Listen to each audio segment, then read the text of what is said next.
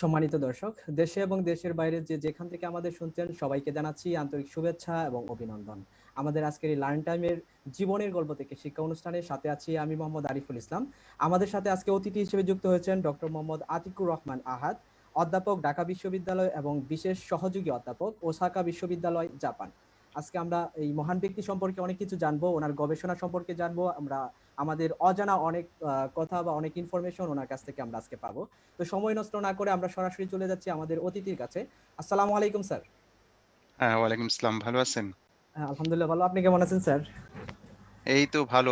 তো শুরুতেই ওই যে মহান ব্যক্তি বলেছেন তো এতে আমি খুবই বিব্রত বোধ করতেছি। না আমাদের স্যার, দেশে যেটা হয় যে আমরা খুব দ্রুত যে কাউকে মহান এরপরে অনারেবল এগুলা লাগিয়ে দেই। যে কারণে যারা সত্যিকার অর্থেই অনারেবল, যারা আচ্ছা সত্যিকার স্যার। অর্থেই গ্রেট তারা সেভাবে মহিমান্বিত হয় না আরকি। আচ্ছা এইটা হচ্ছে বিষয়। মহান ব্যক্তি দরকার নেই। ঠিক আছে? হ্যাঁ। আচ্ছা থ্যাংক আচ্ছা ইউ। ঠিক আছে স্যার। হুম। তো আপনি ঢাকা বিশ্ববিদ্যালয়ে অধ্যাপনা করছেন এবং পাশাপাশি জাপানের ওসাকা বিশ্ববিদ্যালয়ের বিশেষ সহযোগী অধ্যাপক হিসেবে কাজ করছেন। তো এই হুম। যে দুইটা প্রতিষ্ঠানে আপনি কাজ করছেন, সেটা কিভাবে সম্ভব হচ্ছে এই সম্পর্কে যদি কিছু বলতেন। ও আচ্ছা, থ্যাংক ইউ। তো আমি ঢাকা ইউনিভার্সিটি থেকে লিয়েন বলে বাংলাদেশে, যদিও অফিসিয়াল টার্ম লিয়েন না, এটাকে বলা হয় এক্সট্রা অর্ডিনারি লিভ। যেখানে আমাকে বিশ্ববিদ্যালয় কোনো টাকা দিবে না আচ্ছা এবং কোনো সার্ভিস কাউন্ট হবে না, কোনো বেনিফিট আমি পাবো না। এবং কোনো দায়িত্ব থাকবে না। সেই হিসাবে আমাদের শিক্ষকতার জীবনে আমরা সর্বোচ্চ আগে ৪ বছর, এখন মনে হয় ৫ বছর আমরা ছুটি পাই। তো বর্তমানে ৫ বছর ছুটি পাই। সেই ৫ বছরের ছুটি যেকোনো শিক্ষক তার জীবনে কোনো এক সময় নিতে পারে এবং সেটা নিয়ে সে যা ইচ্ছা তাই করতে পারে। যেকোনো চাকরি করতে পারে। চাইলে সাংবাদিকতা করতে পারে, ঘরে বসেও থাকতে পারে। এরকম আচ্ছা তো আচ্ছা আমি ওসাকা ইউনিভার্সিটি থেকে অফার পেয়েছিলাম। আমি এপ্লাই করিনি। অফার পেয়েছিলাম এবং লাকিলি আ উম আ উম আ আমি সিদ্ধান্ত নেই যে আসার জন্য। আ এটা একটা কঠিন সিদ্ধান্ত ছিল। শুরুর দিকে আমি ভেবেছিলাম যে আসি, এরপরে দেখা যাবে। কিন্তু পরবর্তীতে আমাকে থাকতে হচ্ছে আমার আ ব্যক্তিগত কারণে। তো এখন আপাতত আ মানি লিয়েন নিয়ে আছি আরকি। আরো আমার ২ বছর লিয়েন বাকি আছে। তো আমি আচ্ছা জানি না যে আর কতদিন থাকবো। আমার পরিকল্পনা ছিল যে চলে যাব, যেহেতু আমি প্রতি বছরই বিভিন্ন আ জায়গায় অল্প সময়ের জন্য রিসার্চ পারপাস এ চেষ্টা করি যেতে। তো লিয়েন শেষ হয়ে গেলে তখন আবার এটা খুব টাইট হবে। কারণ তখন হাতে আর ছুটি থাকে না। আচ্ছা সহজে স্যার। কোথাও যাওয়ার আরকি। এটা হলো বিশ্ববিদ্যালয়ের শিক্ষকদের জন্য এই সব জবেই এরকম লিয়েন নেয়ার সুবিধা আছে।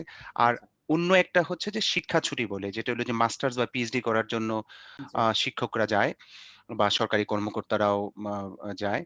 আরেকটা হচ্ছে যে পোস্ট ডক এর জন্য যায়। সেটা হচ্ছে পিএইচডির পরে যদি আরো ২ বছর বা ৩ বছর কেউ গবেষণা বা কোনো ল্যাবে কাজ করতে চায় তাহলে সেটার জন্য যায়। আর 3rd হচ্ছে লিয়েন। আর বাংলাদেশে আরেকটা বিষয় আছে যে গভর্নমেন্ট যদি কাউকে ডেপুটেশন এ পাঠায়, যেমন কাউকে ভাইস চ্যান্সেলর বা পুরো ভাইস চ্যান্সেলর বা ট্রেজারার বানায়, তখন তাকে সরকার যদি বলে দেয় যে আপনাকে প্রেষণে পাঠানো হলো অথবা সরকারের পক্ষ থেকে, তখন সেটা আবার এই ছুটির বাইরে হয় আরকি। আচ্ছা সেই হিসাবে আছি। আর রিমোটলি আমি যেটা করি সেটা হচ্ছে যে আসার পর থেকে এই পর্যন্ত আমি বাংলাদেশের আ কয়েকজন শিক্ষক এবং আ মা অ্যা অ্যা মানে এক ঝাঁক অসম্ভব মেধাবী ছাত্রছাত্রীদের সাথে, যেহেতু Zoom এখন তো আমরা ব্যবহার করছি। কিন্তু আসলে Zoom ছাড়াও তো এর আগে অন্য প্ল্যাটফর্ম ছিল। Messenger প্লাস হচ্ছে Skype, এগুলো নিয়ে মানে নিয়মিতভাবে অনেকগুলো ছেলেমেয়ের সাথে আমি কাজ করছি বা কম এটা চলতেছে আরকি। ফলে আমার যদি লাস্ট কয়েক বছর পাবলিকেশন দেখেন, যদিও আমি জাপানে আছি ৩ বছর প্রায় হয়ে যাচ্ছে। কিন্তু আ মেজরিটি অফ দ্যা পাবলিকেশনস আমার কিন্তু বাংলাদেশী ছেলেমেয়েদের সাথে, মানে আমার বিভাগের ছেলেমেয়েদের সাথেই। তো আচ্ছা আচ্ছা সেই হিসাবে একটা কানেক্টিভিটি আছে। আর যেহেতু আ মানে উম আ মানে শিক্ষকরা তো সবসময় ছাত্রছাত্রীদের জন্য নিয়োজিত থাকার চেষ্টা করে। তো আমিও চেষ্টা করি যে যতটুকু সম্ভব ওদের সাথে থাকতে আরকি। থ্যাংক আচ্ছা ইউ। স্যার, তো আপনার হচ্ছে জাপান এবং বাংলাদেশে দুই দুই জায়গাতেই আপনি হচ্ছে অধ্যাপনা করছেন। তো এখানে আপনার যে অভিজ্ঞতা হয়েছে, এই অভিজ্ঞতার আলোকে আমাদেরকে একটু শেয়ার করবেন কি যে বাংলাদেশ এবং জাপানের যে শিক্ষার্থী তাদের আসলে সাদৃশ্য এবং বৈসাদৃশ্যের ব্যাপারটা যদি একটু শেয়ার করতেন। Thank you. এটা খুব কঠিন প্রশ্ন। আসলে বাংলাদেশের পড়াশোনাটা হচ্ছে চক ডাস্টারের পড়াশোনা। আচ্ছা আমরা উম যেভাবে পড়াশোনা করি উন্নত বিশ্ব সাধারণত সেভাবে পড়াশোনা করে না। এটা হলো পরিষ্কার কথা। এর জন্য আমরা শিক্ষকরা দায়ী এবং আ উম আ এই শিক্ষকরাই দায়ী। কারণ শিক্ষকরাই চাইলে আ পড়াশোনার প্যাটার্নটা পরিবর্তন করে ছাত্রছাত্রীদেরকে সেভাবে পড়াতে পারি আরকি। তো এইজন্য আমি একজন শিক্ষক হিসেবে আমি নিজেকে এই দায় থেকে সরাতে পারি না যে উন্নত বিশ্বে যেভাবে পড়ানো হয়, যেখানে গভীর চিন্তার ব্যাপার থাকে, পর্যালোচনার ব্যাপার থাকে, এনালাইসিস করার ব্যাপার থাকে, সেই অ্যাবিলিটি তৈরি করা। যদিও এগুলো আসলে ওরা গ্রাসরুট লেভেল থেকে তৈরি হয় যে এলিমেন্টারি স্কুল, এরপর হাই স্কুল বা জুনিয়র হাই স্কুল বা কলেজগুলোতে থেকেই ওরা তৈরি হয়। ইউনিভার্সিটি যখন যায় তখন সেই চর্চায় তারা আ চলতে পারে। যেমন আমার এক্সাম্পল বলি যে আমি ঢাকা ইউনিভার্সিটির টিচার অলরেডি। আমি ২০০০ আ ১ সালের মে মাসে ঢাকা বিশ্ববিদ্যালয়ে জয়েন করি লেকচার হিসাবে। এরপরে আমি ২০০২ এ আমি অস্ট্রেলিয়াতে University of New South Wales এ স্কলারশিপ নিয়ে যাই। তার মানে ডিপার্টমেন্টের আমি অলরেডি টিচার এবং অনার্স আমি ফার্স্ট হওয়া, মাস্টার্স এ সেকেন্ড হওয়া, তার মানে গাধা ছিলাম না। পড়াশোনা মুখস্থ বিদ্যাও আমার কম ছিল, স্মরণশক্তি কম ছিল সবসময়। আ যে কারণে এমন না যে মুখস্থ করেই সবকিছু করেছি তা নয়। কিন্তু প্রচুর মুখস্থ তো আমাদের লাগেই যেহেতু পড়াশোনার প্যাটার্নটাই আনফরচুনেটলি সেরকম।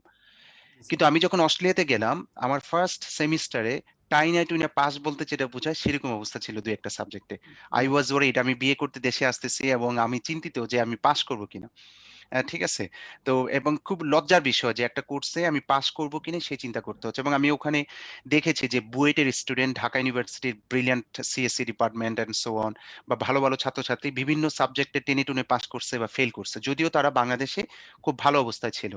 পরবর্তীতে গিয়ে আমি বা অন্যরা সবাই ভালো করেছি। কিন্তু ১ম দিকে হোঁচট খেয়েছি। তার কারণ হচ্ছে যে আমাদের পড়াশোনার প্যাটার্নটা হচ্ছে মুখস্থ বিদ্যা।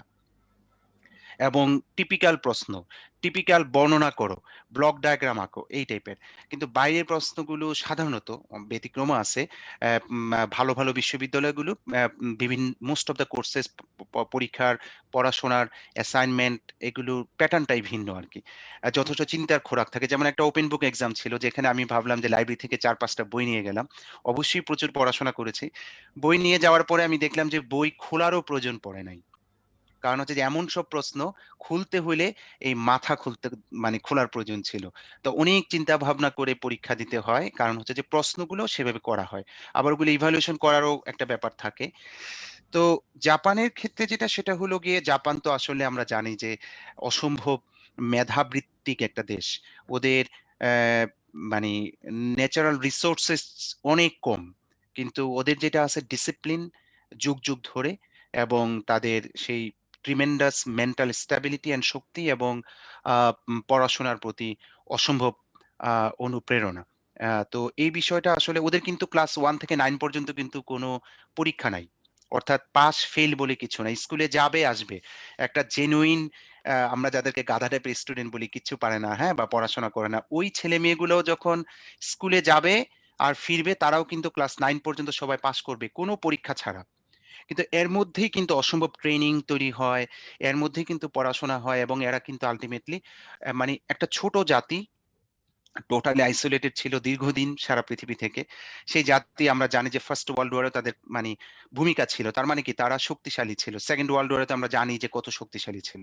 ঠিক জি, আছে? স্যার। এবং এত ধ্বংসের পরেও কিন্তু তারা সারা বিশ্বে মানে টেকনোলজি বলি, অন্যান্য যেকোনো ডোমেইনে বলি তারা অসম্ভব শক্তিশালী একটা ভূমিকা রাখতে পেরেছে জ্ঞান এবং অন্য ডোমেইন গুলাতে। শুধু অস্ত্র নয় বা মারামারি নয়। তো পা তো সেই ক্ষেত্রে আমি বলতেছি যে এটার মেইন কারণ হচ্ছে এডুকেশনের একটা tremendously স্ট্রং ব্যাকবোন। তো এইটার জন্য মানি কম্পেয়ার করা বাংলাদেশের সাথে খুব ডিফিকাল্ট নাম্বার 1। নাম্বার 2 অন্য দেশে সাধারণত এরকম নাই। জাপানে 4th ইয়ার মানে হচ্ছে ফুল টাইম রিসার্চ। অর্থাৎ আমাদের ল্যাবে বা যেকোনো ল্যাবেই আমি যেটা হয় সেটা হলো যে ওরা যখন 4th ইয়ারে ওঠে তখন ওদের কোনো কোর্স ওয়ার্ক থাকে না। 1st ইয়ার, 2nd ইয়ার, 3rd ইয়ারে ইউনিভার্সিটিতে ওরা সাধারণত কোর্সগুলো করে ফেলে। আচ্ছা। 4th ইয়ারে ওঠার পরে একটা পিএইচডি স্টুডেন্ট অথবা একটা পোস্ট ডক্টরাল রিসার্চার অথবা মাস্টার্স এর স্টুডেন্ট যেরকম সকাল থেকে সন্ধ্যা পর্যন্ত ল্যাবে থাকতে হয় বা ৭ দিনই কখনো, কখনো কোনো ল্যাবে থাকতো। স্পেশালি বায়োলজিক্যাল সায়েন্স অথবা ফিজিক্যাল সায়েন্স অথবা ইঞ্জিনিয়ারিং এগুলা ডিপেন্ড করে প্রফেসরের উপর ডিপেন্ড করে। তার মানে হচ্ছে সেইভাবে ওরা 4th ইয়ার থেকেই গবেষণা শুরু করে। তার মানে 4th ইয়ার পুরা ১ বছর মর্নিং টিল ইভনিং তারা গবেষণা করে। মাস্টার্স 2 ইয়ার্স এ ওরা মানে কোনো কোর্সে ১০ টা, ১১ টা, ১২ টা কোর্স থাকে। যে কোর্সগুলো আসলে পার উইক ১.৫ ঘন্টা লেকচার। মূলত। কিন্তু সেগুলোও সাধারণত অ্যাসাইনমেন্ট ভিত্তিক থাকে বা ছোট এক্সামিনেশন ভিত্তিক থাকে। খুব বেশি কঠিন না।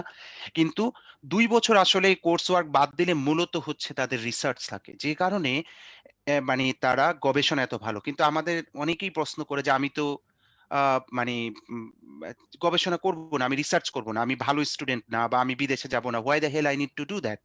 আসলে তা নয়। শিক্ষা যেরকম আমাদেরকে ভবিষ্যতে অন্য ডোমেইনে চাকরি-বাকরি বলি, লেখালেখি বলি, কোনো একটা জিনিস গড়ে তোলা বলি, ঠিক আছে?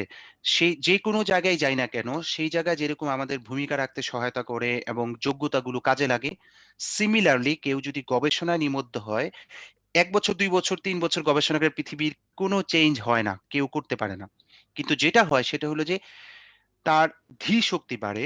এই গবেষণার মাধ্যমে সে একটা প্রবলেম নিয়ে ভাবতে পারে, প্রবলেমের গভীরে যেতে পারে, প্রবলেমের সলিউশন বের করার জন্য কিছু স্টেপ বা মেথোডোলজিক্যাল ওয়েতে তারা আগাতে পারে। এগুলা যখন করার একটা শক্তি তৈরি হয়, তখন দেখা যায় সে যেই জবই করুক না কেন, সে বিসিএস দিক অথবা একটা ব্যাংকে চাকরি করুক অথবা যেই জায়গায় যাক না কেন, তার কাজেই লাগবে। কারণ হচ্ছে কি যে আমরা কিন্তু এন্ট্রি লেভেলে কোথাও ঢুকি। এরপরে আস্তে, আস্তে উপরে হই। একজন সচিব বা উপসচিব অথবা একজন ব্যাংকের জিএম অথবা জেনারেল ম্যানেজার বা আপার লেভেলে যারা আছে, প্রত্যেকেরই কিন্তু অনেক রকমের কঠিন সমস্যা ফেইস করতে হয়। নতুন, নতুন প্রবলেম আসে।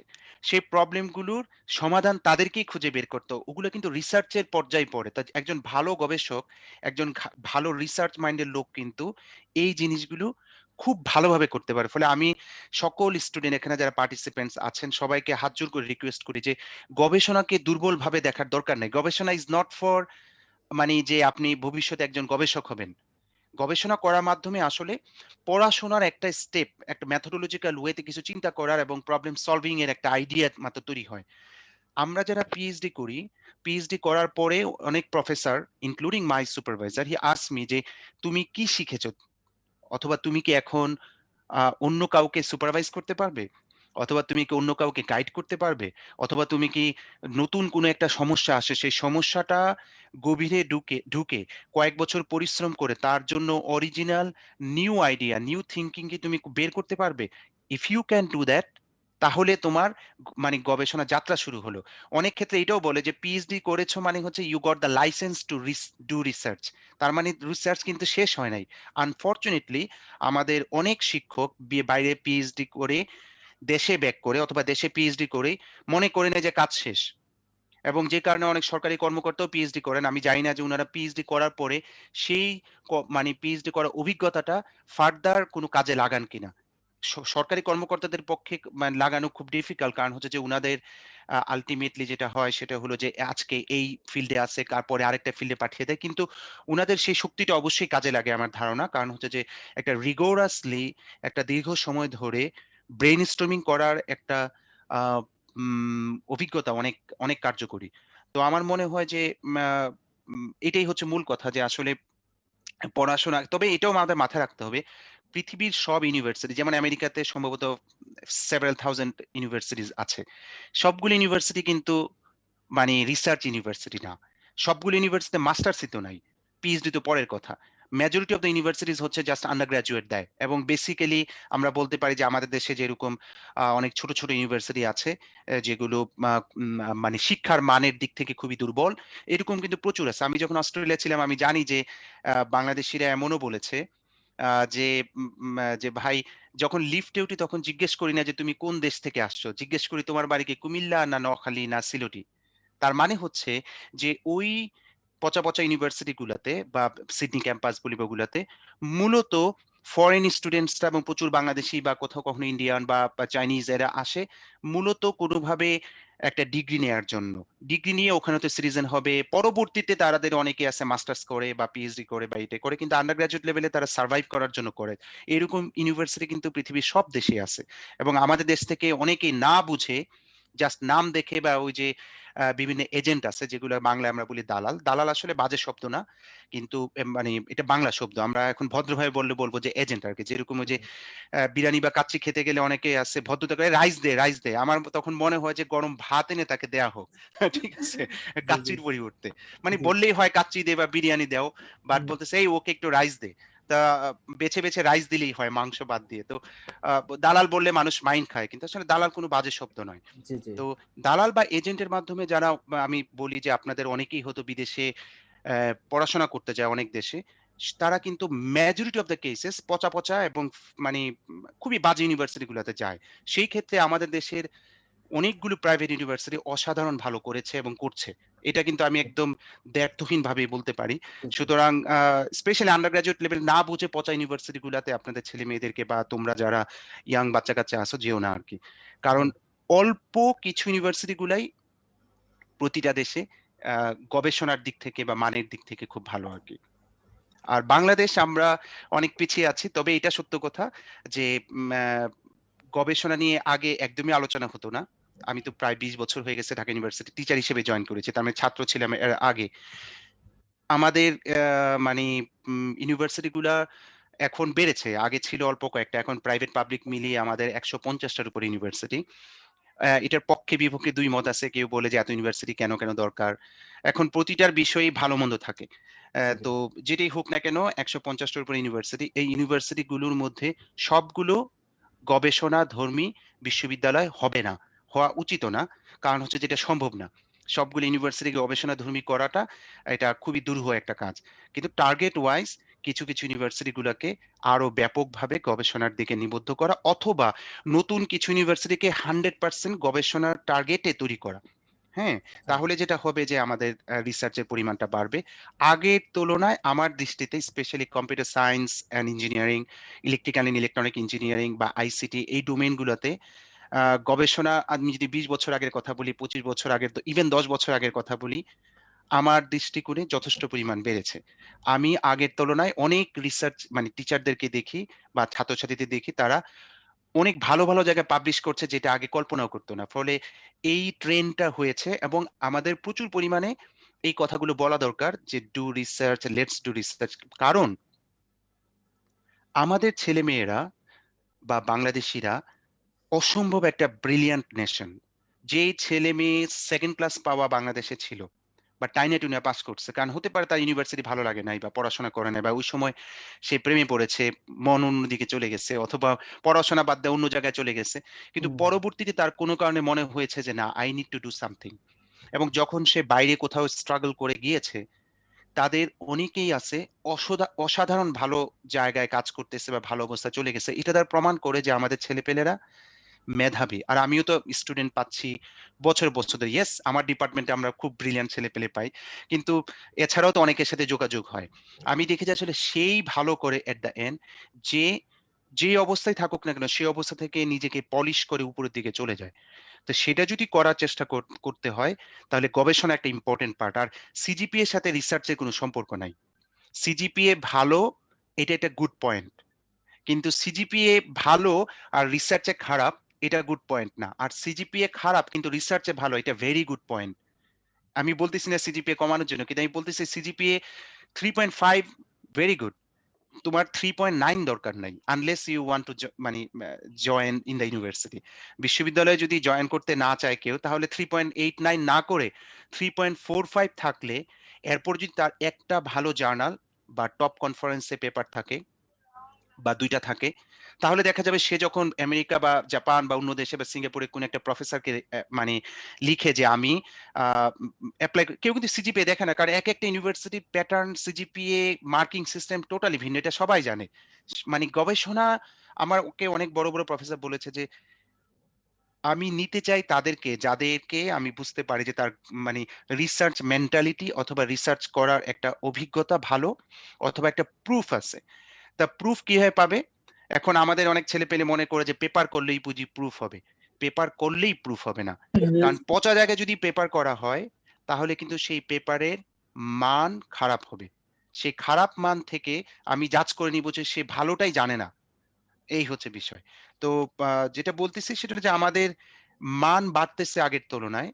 আচ্ছা, কিন্তু জাতিগতভাবে এবং গ্লোবাল ডিমান্ড অনুসারে বা আমরা যদি মালয়েশিয়ার সাথে কল্পনা করি মানে তুলনা করি, ভিয়েতনামের সাথে তুলনা করি, ইভেন পার্শ্ববর্তী দেশ ইন্ডিয়ার সাথে তুলনা করি, তাহলে আমরা এখনো যথেষ্ট পিছিয়ে আছি। এটাকে ওভারকাম করতে হবে। জাপানের সাথে বা আমেরিকার সাথে তুলনা করে মানি উচ্চাভিলাষতা কিন্তু ওদের কাছ থেকে শিখতে হবে। আর আরেকটা বিষয় আছে যে আমেরিকান স্টাইল বা কোরিয়ান স্টাইল বা চাইনিজ স্টাইল একরকম। অস্ট্রেলিয়া অথবা ইংল্যান্ড তাদের স্টাইল আরেক রকম। জাপান আরেক রকম। ফলে একেকটা দেশের স্ট্র্যাটেজিও কিন্তু পড়াশোনার একেক রকম। যেমন জাপানে মাস্টার্স বলতে 2 ইয়ার্স মাস্টার্স বোঝায়। কিন্তু অস্ট্রেলিয়া বা ইংল্যান্ড বা আমেরিকাতে ১ বছরও আছে, ১.৫ বছরও আছে, ২ বছরও মাস্টার্স আছে। মানে আমি বলতেছি যে ২ বছর লাগতেছে সেটা না। মানে কারিকুলামের মধ্যে লেখা আছে যে ডিগ্রিটা হবে ২ বছরের। তার মানে আপনাকে ন্যূনতম। টিউশন ফি দিতে হবে ২ বছরের জন্য বা টিউশন জি, ফি দিতে হবে ১ বছরের জন্য বা ১.৫ বছরের জন্য। জি, জি। এখন আমি ফেল করে অথবা কম কোর্স নিয়ে ২.৫ বছর ৩ বছরে মাস্টার্স করলাম। দ্যাট ডাজন্ট মিন যে মাই কোর্স ইস লাইক দ্যাট। তো এটার নির্ভর করে ফলে আমরা যখন আ মানে এডুকেশন নিয়ে বা রিসার্চ নিয়ে কথা বলি, আমি দেখি যে আমাদের অনেকেই তার ব্যক্তিগত মানে জাস্ট তার যেখানে সে পিএইচডি করছে তার ডোমেইন নিয়ে সে চিন্তা করে কথা বলে। কিন্তু এটা আসলে গ্লোবালি ভিন্ন। যেমন জাপানে সাধারণত জাপান বলি, অস্ট্রেলিয়া বলি বা ইংল্যান্ড বলি, স্কলারশিপ পিএইচডির জন্য যখন দেয় যেটা হচ্ছে অজেড স্কলারশিপ অথবা Commonwealth scholarship for UK, AusAID for Australia. বাংলাদেশের জন্য পিএইচডি দেয় না কিন্তু যাদেরকে দেয়। আর জাপান দেয় হচ্ছে মিক্সড স্কলারশিপ। সেটা কিন্তু দেয় ৩ বছরের জন্য। যে আপনি পিএইচডি এনরোল করার পরে মাত্র ৩ বছর টাকা পাবেন। এরপরে কিন্তু টাকা পাচ্ছেন না। তার মানে কি অফিসিয়ালি ওরা ধরে নেয় ৩ বছরে তুমি এত রিগোরাসলি পড়াশোনা করবা যাতে করে তোমার ডিগ্রি হয়ে যায়।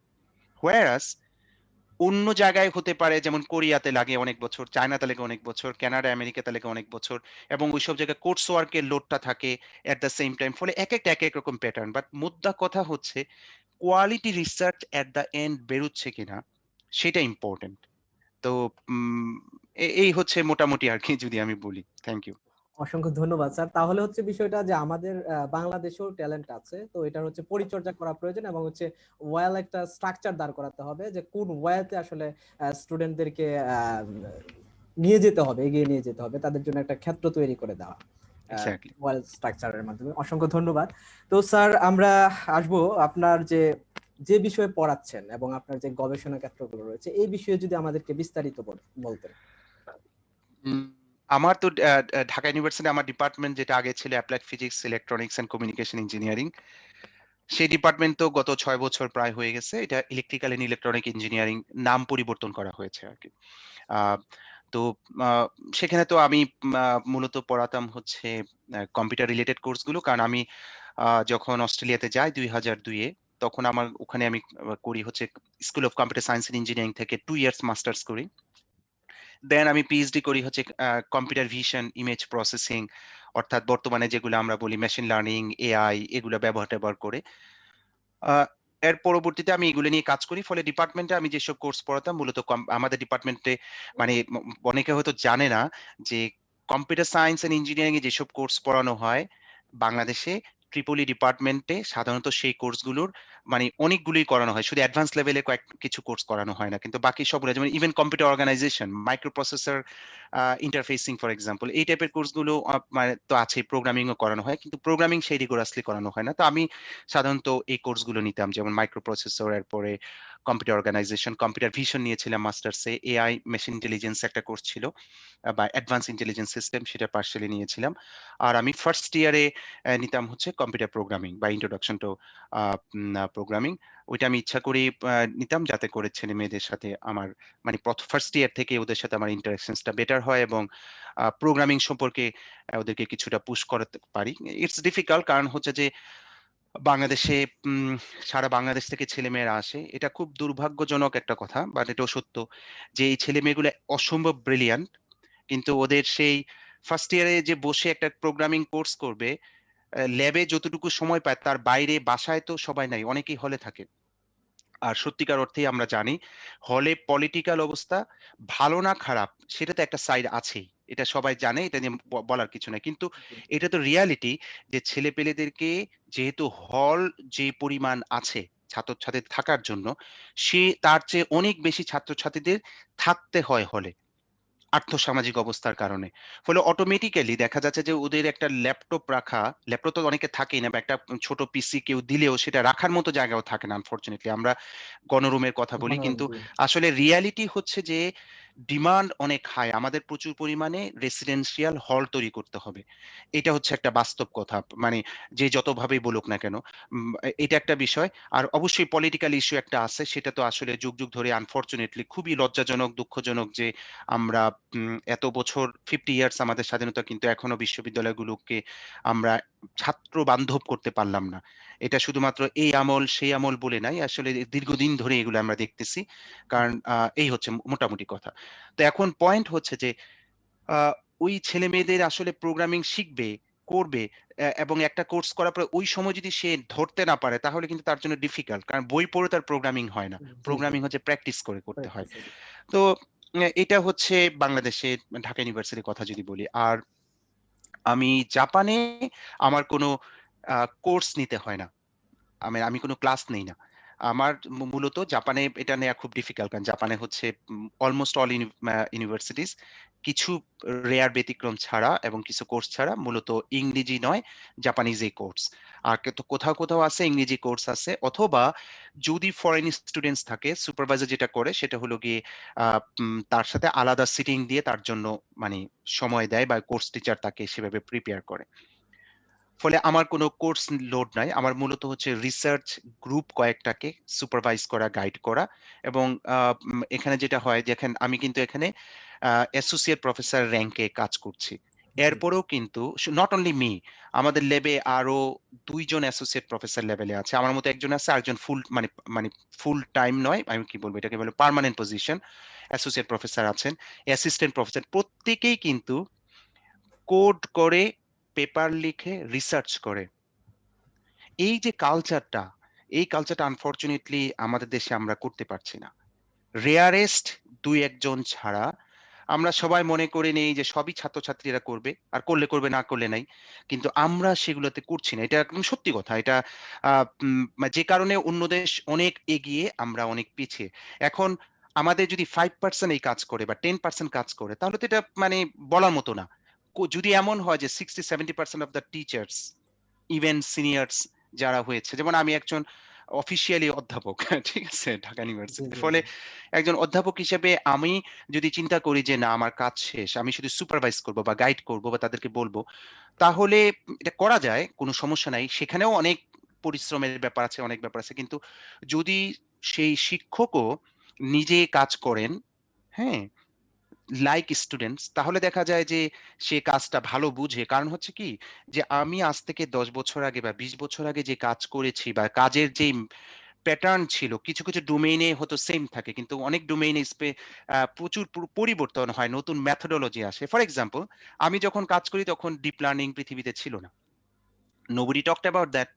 কিন্তু পরবর্তীতে ডিপ লার্নিং এমনভাবে চলে আসছে, আমি যখন বাংলাদেশে যাই এবং ওই সময়টার পরে ঠিক আছে, আমি বাংলাদেশে আ জেএসপিএস পোস্টডক ফেলোশিপ করে ব্যাক করি ২০১২ তে। তা ১২-১৩ র পরে ধরেন যে ডিপ লার্নিং আসলো। আমি কিনেক্ট সেন্সর, মাইক্রোসফট কিনেক্ট সেন্সর কিনে নিয়ে যাই আমেরিকা থেকে একটা ভার্সন 1 পরে ভার্সন 2 আসলো। তো এরগুলার মাধ্যমে যে রিসার্চ এর অন্য ডোমেইন তৈরি হলো, আমি যদি টপ কনফারেন্স গুলোতে না যাই, টপ জার্নাল গুলো না রাখি বা না পড়ি এবং আমি যদি নিজে রিসার্চ না করি, হ্যাঁ? এবং ইনভলভ না থাকি, তাহলে অটোমেটিক্যালি আমি অনেক দূর পিছিয়ে যাবো, সেখান থেকে আগানো সম্ভব হয় না। জি, জি। আমি যখন ওসাকা ইউনিভার্সিটি আসলাম তখনই দেখলাম যে আসলে আমি লাস্ট যদিও প্রতি বছর আমি মাল্টিপল টাইমস জাপানে বিভিন্ন গবেষণার পারপাসে বিভিন্ন ল্যাবে আমি টক দিতে হোক অথবা ট্রেনিং দিতে হোক অথবা লেকচার দিতে হোক অথবা রিসার্চের কিছু দেখতে হোক আমি এসেছি প্রতি বছরই কয়েকবার করে। এরপরেও এবং আমি অনেকগুলো প্রতি বছর বিভিন্ন কনফারেন্স অ্যাটেন্ড করেছি। কিন্তু এরপরেও দেখা গেছে যে একটা ভালো লেভেলে আসার পরে আমি দেখলাম যে আমি অনেক মেজর ইম্পোর্টেন্ট এরিয়াস মিস করে গিয়েছিলাম। যাক লাকিলি এখন আমি কিছুটা শিখতেছি। কিন্তু এই শিখার পরেও যদি আমি দেশে ব্যাক করার পরে চেষ্টা না করি তাহলে আমি আবার হারিয়ে যাব। তো এখানে একটা ইম্পোর্টেন্ট পয়েন্ট সেটা হচ্ছে যে শুধু শিক্ষকদেরকে যদি আমি দোষ দেই তাহলে সেটা হবে না। কারণ হচ্ছে কি আমাদের সেই ইনফ্রাস্ট্রাকচার নাই। চাইলেই আমি মানি টপ কনফারেন্স গুলোতে অ্যাটেন্ড করতে পারি না। জি, জি। আমি যখন একটা কনফারেন্স অ্যাটেন্ড করি আমাদের ফিল্ডে specially computer science, CSC, triple এইসব ডোমেইনে টপ মোস্ট কনফারেন্স গুলো রেজিস্ট্রেশন ফি থাকে $৮০০-১,০০০ ঢাকা ইউনিভার্সিটি থেকে একবার আমি এপ্লাই করলাম। তখন দিল মাত্র ৳১০,০০০ ঠিক আছে? আচ্ছা। তা আমি ভাইস চ্যান্সেলর স্যারকে বললাম, "স্যার ৳১০,০০০ রেজিস্ট্রেশন ফি হচ্ছে $৪০০।" আইস তা উনি মানে হেসে বললেন যে, "this is the only option." ঠিক আছে? এখন এটা বেড়ে হয়তো 50,000 হইছে। But 50,000 covers everything. কিন্তু একটা টপ মোস্ট কনফারেন্স এ যেতে গেলে $১,০০০ লাগে রেজিস্ট্রেশন ফি, আমাদের ফিল্ডে এট লিস্ট। এরপরে হচ্ছে যে আপনার ট্রাভেল কস্ট আছে, এই আছে, সেই আছে। এটা ইম্পসিবল। অন্য দেশে কিন্তু তারা 100% সাপোর্ট পায়। আমি জাপানে আসার পরে যত জায়গায় গিয়েছি, যত কনফারেন্স অ্যাটেন্ড করেছি ল্যাবের পার্সপেক্টিভে, সেটা কিন্তু ফুললি আমাকে সাপোর্ট দিয়েছে। আবার আমি যখন বিভিন্ন কনফারেন্সে অর্থাৎ ইনভাইটেড হিসাবে কিউনিট স্পিকার হিসেবে বিভিন্ন দেশে গিয়েছি, তখন ওরা আমাকে সাপোর্ট করেছে। বা কিছু, কিছু ক্ষেত্রে হয়তো আমার নিজের কিছু খরচ হয়েছে। But that's another point. এখন দ্বিতীয় হচ্ছে যে টপ জার্নাল বা টপ কনফারেন্স পেপার গুলো তো আমাকে পেতে হবে। সেই পাওয়ার মতো অবস্থাও অনেক সময় থাকে না। লাকিলি এখন কিছুটা অ্যাক্সেস আমাদের আছে।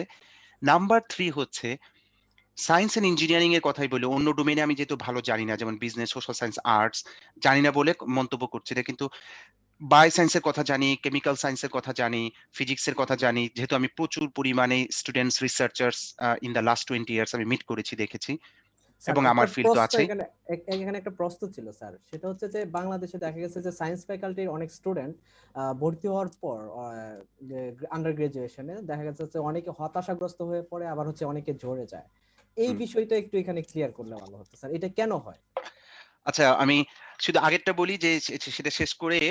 যে এই আমরা যখন বাইরে কাজ করি তখন যে পরিমাণ আ ল্যাব সেটআপ অথবা আ এনভায়রনমেন্ট থাকে, সেটা কিন্তু দেশে অনেক মানে সায়েন্স ইঞ্জিনিয়ারিং টিচারের জন্য সম্ভব হয় না। ফলে এটাও একটা অন্যতম কারণ যে অনেকেই হতাশ হয়ে যায় যে আসলে আমি কি করব?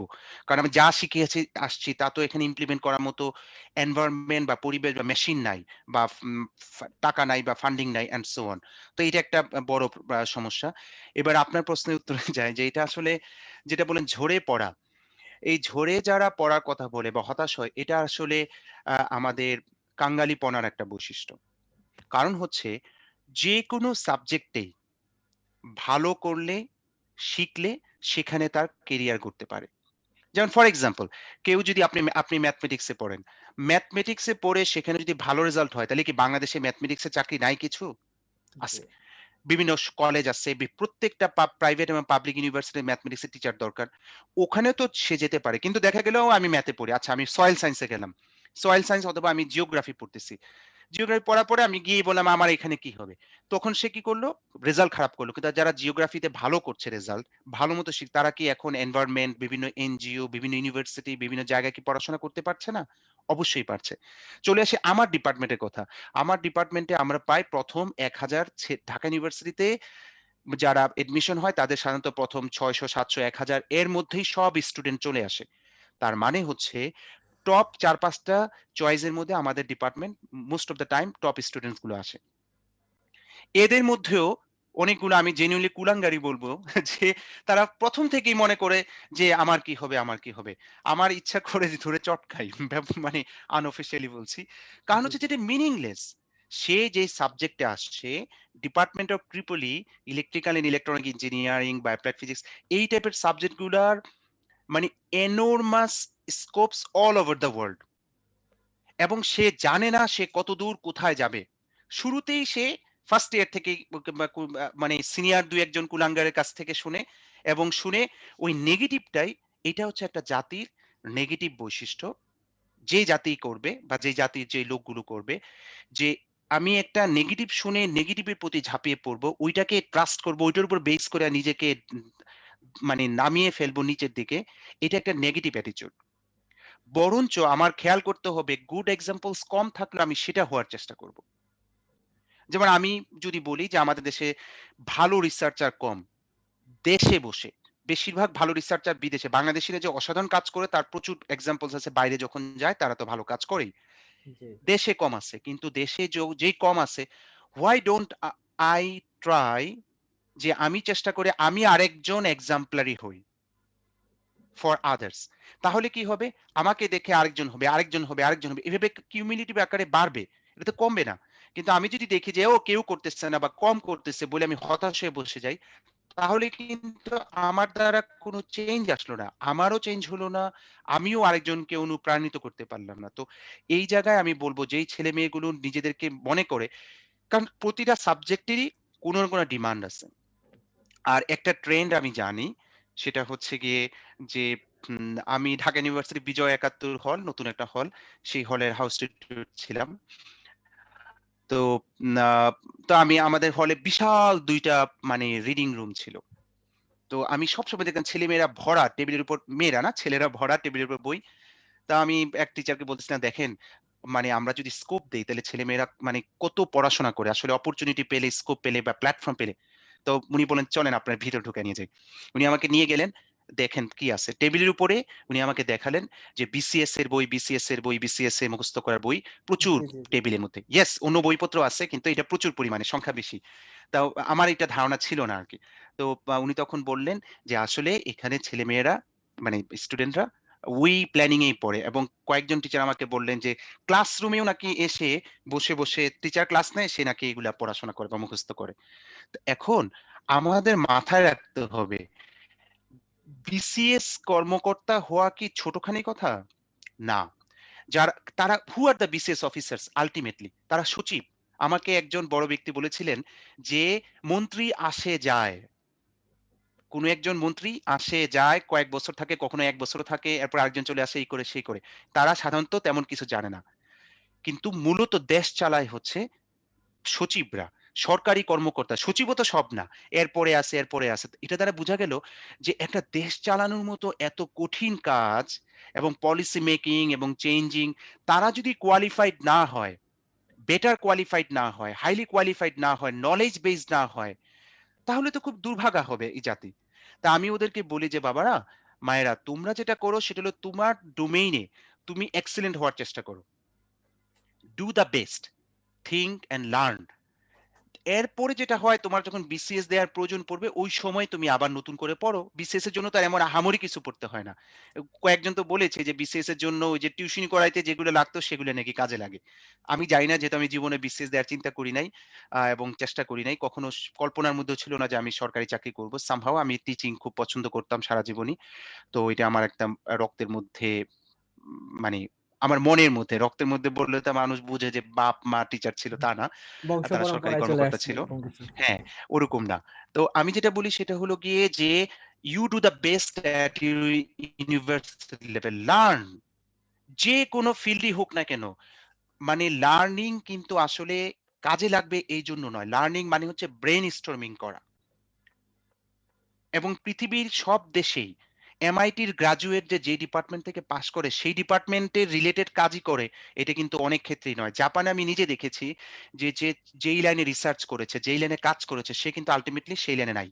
অন্য ডোমেইনে এসে তাকে কাজে লাগাচ্ছে। কারণ দেখছে, যেমন আমি বলি, আমার সাথে একটা ছেলে ছিল, উয়েমুরা নাম। সে আমার ১ বছর সিনিয়র পিএইচডি স্টুডেন্ট ছিল। ইংল্যান্ডে ১ বছর সার ইউনিভার্সিটিতে পিএইচডি তে গিয়েছিল। সে জয়েন করলো ফুজিতসু বা এই টাইপের কোন একটা কোম্পানি টোকিওতে। ১ বছর পরে দেখা হলো। আমি বললাম যে, "তুমি কি নিয়ে কাজ করো?" তো সে বলতেছে যে সে কাজ করে VLSI ডিজাইন। আমি বললাম, "হোয়াট দ্যা হেল?" কারণ সে আমার সাথে কাজ করত ইমেজ প্রসেসিং, কম্পিউটার ভিশন নিয়ে। তা তুমি ওইটা করো কেন? বলতেছে, "না, ওখানে ওই কোম্পানি মনে করেছে যে আমার যা নলেজ, প্রোগ্রামিং স্কিল অথবা থট প্রসেসিং, সেটা ওদের এই ডিমান্ড দরকার সেখানে।" ৬-৭ বছর পরে আবার টোকিওতে আমার দেখা হলো। আমি গেলাম। আর ও বাংলাদেশী খাবার খুব পছন্দ করত। তো আমার যেই বাসায়, আমার ছোট ভাইয়ের বাসায় দাওয়াত ছিল, মানে গিয়েছিলাম। তো আমি ওই ছেলেকে বললাম যে, "আসো আমার ছোট ভাইয়ের বাসায়। তুমি বাংলাদেশী খাবার খাও।" তো আসলো, আসার পরে আমি জিজ্ঞেস করলাম, "এখন তুমি কি নিয়ে কাজ করো?" সে বলতেছে, "মোটর অ্যান্ড ড্রাইভ ডিজাইন সেকশনে কাজ করে।" আমি বললাম যে, "এটা তো পিওর ইলেকট্রিক্যাল ইঞ্জিনিয়ারিং এর কাজ। তুমি ওই লাইনে কেন?" বলতেছে যে, "কোম্পানি এখন ওগুলা বন্ধ করে ওই লাইনে যাচ্ছে।" ২ দিন পরে সে হতে পারে যে একটা সেকশনের ম্যানেজার হবে। এমনও হতে পারে সেই কোম্পানির সিইও হবে। তাহলে আল্টিমেটলি কেন জাপানের মতো টপ মোস্ট একটা ইউনিভার্সিটির এবং মানে আ টপ একটা ইঞ্জিনিয়ার, ঠিক আছে? এবং পিএইচডি করা ছেলেকে তার ডোমেইনে বাদ দিয়ে অন্য লাইনে নিয়ে গেল। কেন নিল? তারা মনে করেছে তাকে দরকার। এবং প্রয়োজনের তাগিদে মানুষ সুইচ করে। তো পয়েন্ট হচ্ছে যে জেনুইন গবেষক ছাড়া প্রত্যেকেরই মানে এরিয়া চেঞ্জ হয়। কেউ জানে না সে কোথায় এক্সপ্লোর করবে। সুতরাং তোমরা সবারই উচিত হবে যে রেজাল্টটাকে একটা মানে নাম্বার ফার্স্ট, সেকেন্ড হইতে হবে না। টপের টপ হইতে হবে না। কিন্তু একটা স্কেল ক্রস করতে হবে। যেটা আমরা বলি যে 3.5 মানে হচ্ছে out of 4 A first class হই। তা যেখানে সম্ভব অর্থাৎ টপের দিকে থাকতে হবে, যাতে করে বোঝা যায় যে তুমি পড়াশোনার সাথে এনগেজড আছো। Then keep learning, keep thinking এবং নতুন আইডিয়া জেনারেট করা যায় কিনা। এই যে COVID-19 এর সময় সারা পৃথিবীতে হিউজ অ্যামাউন্ট অফ ক্রাইসিস চলে আসছে। আমাদের দেশেও অনেক রকমের প্রবলেম অনেক ডোমেইনে চলে আসছে। আমরা কি সেই সমস্যাগুলো সমাধানের জন্য পথ বের করতে পারছি? কিছু, কিছু ক্ষেত্রে পেরেছে কিন্তু অনেক জায়গায় পারে নাই। এটা শুধু বাংলাদেশ না, অনেক দেশই পারতেছে না। সেই পারবে কারা? তারাই পারবে যারা knowledge based এবং তারাই পারবে যারা হচ্ছে যে খুব পড়াশোনা করে চিন্তা করে। তা আমি বলব যে যাদেরই বিসিএস দেওয়ার চিন্তা অথবা চাকরির জন্য চিন্তা, সেটা করবে 4th ইয়ার শেষ করার পরে। এর আগ পর্যন্ত আপ্রাণ চেষ্টা করে নিজের ডোমেইনে ভালো হওয়ার চেষ্টা করো।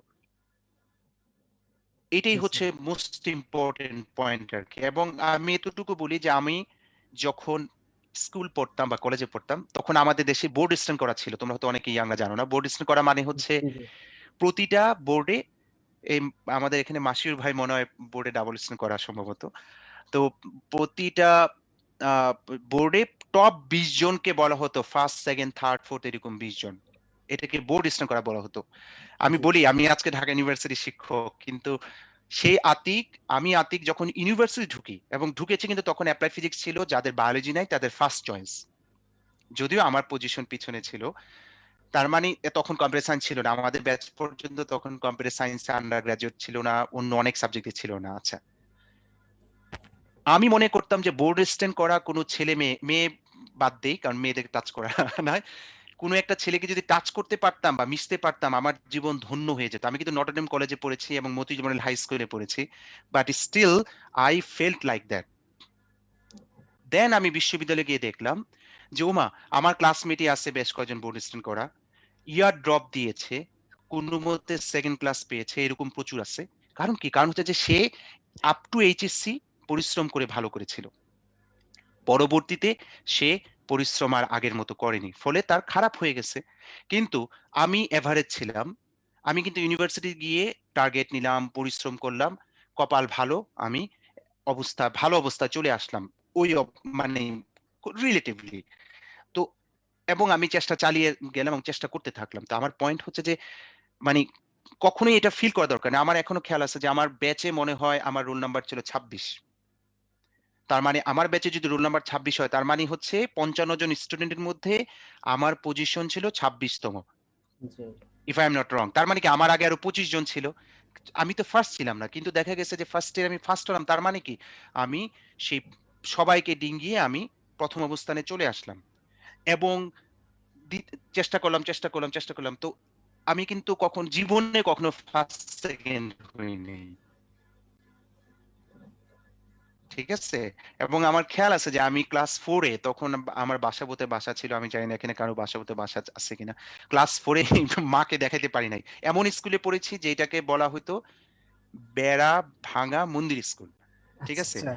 তো ওখানে মানে আমাদের স্কুলে কোনো বেড়া ছিল না আরকি। মানে ভাঙা, ভাঙা ছিল টিনের একটা। ঢাকার মধ্যে কিন্তু। বাসাবো এলাকায় এখন মন্দির স্কুল বললে অনেকে ভাববে যে গরিব বাচ্চা-কাচ্চারা পড়ে। কিন্তু আমাদের সময় তখন ওখানে পড়েছিলাম। তো সেই স্কুলে আমি ফেইল করা ছেলে এবং মতিঝিল মডেল হাই স্কুলে গিয়ে ক্লাস 6 এ আমি ফেইল করেছি ২ বার।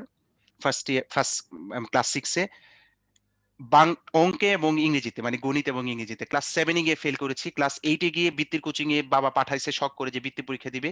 ১০০ জনের উপরে বৃত্তি পরীক্ষা দিচ্ছে। আমাকে বের করে দিছে। বৃত্তি পরীক্ষা দিতে দেয় নাই।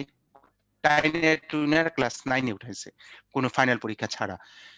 সেই আতিকই কিন্তু চেষ্টা করে ভালো করেছি। আমি যদি মনে করতাম ভার্সিটি গিয়ে, ও অনেকেই ভালো অথবা কি হবে? আমি যখন আমি বলতে ২ যুগ আগের কথা, তখনও কিন্তু আমাদের ব্যাচে অনেকে ছিল এই সাবজেক্টে পইড়া কি হবে? চাকরি কোথায় আছে? কি আছে না আছে? এইসব হায়-হুতাশ কিন্তু তখনও করছে। ১০ বছর আগেও শুনছি, ৫ বছর আগেও শুনি, এখনো শুনি। আমি এটা বুঝেই পাই না যে আমাদের মধ্যে এই মাইন্ডসেট কেন আসে? আমরা আমাদের যা করা দরকার তা মেক্সিমাম করব। অ্যাজ এ স্টুডেন্ট আমি সবাইকে বারবার বলি, তোমার কাজ হচ্ছে পড়াশোনা করা।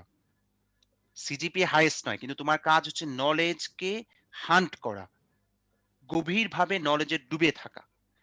একটু গিটার বাজাইতে পারো, একটা ফুটবল লাথি মারলে মানে মা খেলতে পারো।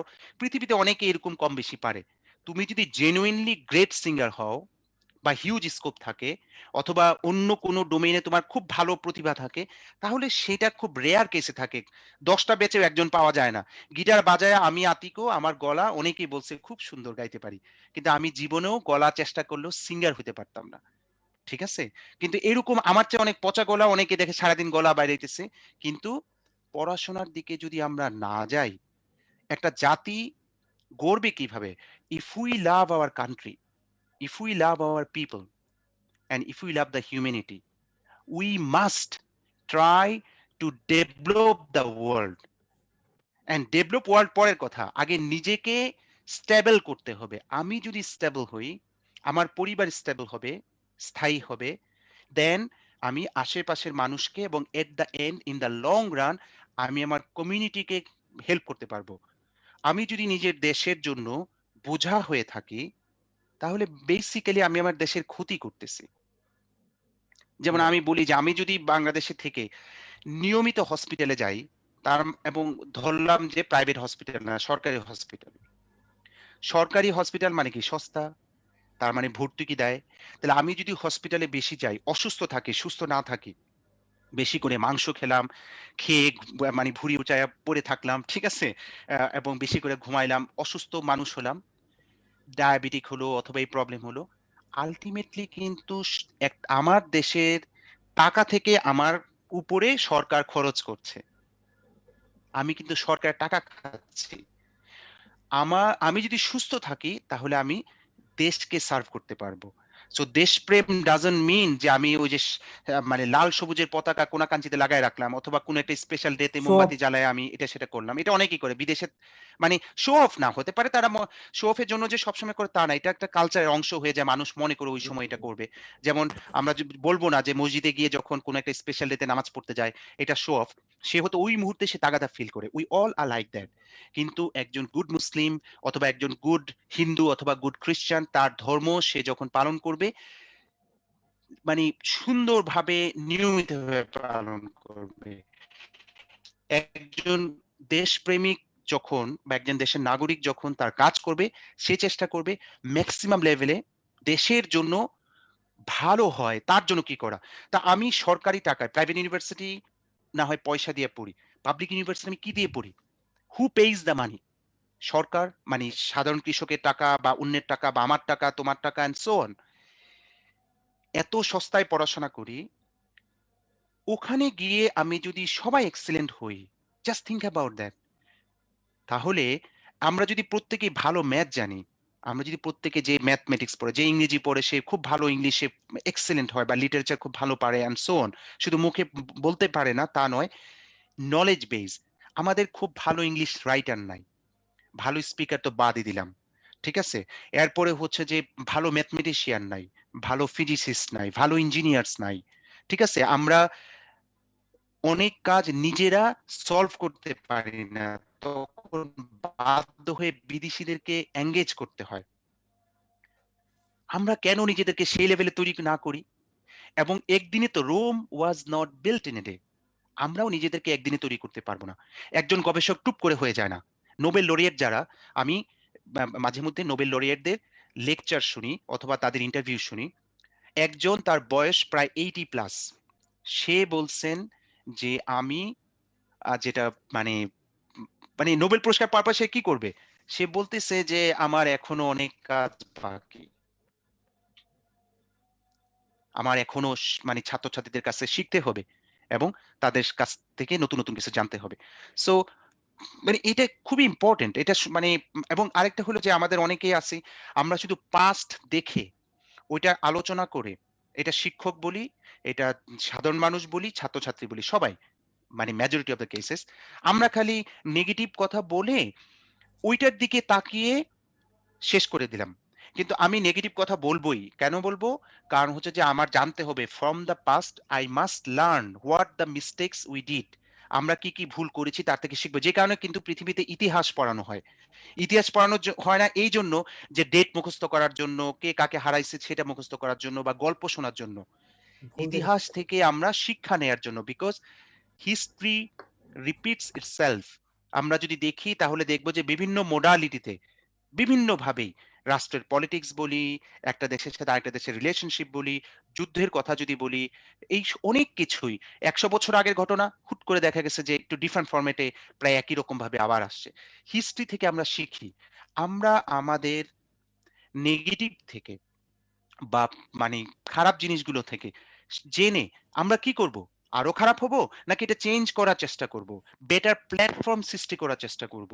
পরিশ্রম বেশি করব।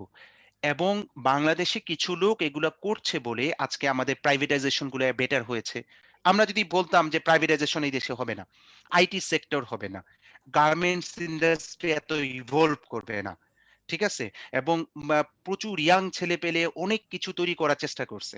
আজকে আমরা অনলাইন প্ল্যাটফর্মে কথা বলি, বইমেলা হয় নাই কিন্তু রকমারি.com ফর এক্সাম্পল, মানে আমি জানি না মিলিয়নস অফ বুকস বিক্রি হয় কিনা পার ইয়ার। আই হোপ যে এই পরিমাণ একটা জাতি, মানে 18 কোটি মানুষ, এরপরে ইয়াং অ্যাডাল্ট হচ্ছে প্রচুর পরিমাণে, পৃথিবীর ওয়ান অফ দ্য লার্জেস্ট মানে অ্যামাউন্ট অফ পার্সেন্টেজ অফ মানে young adults in Bangladesh, which is excellent.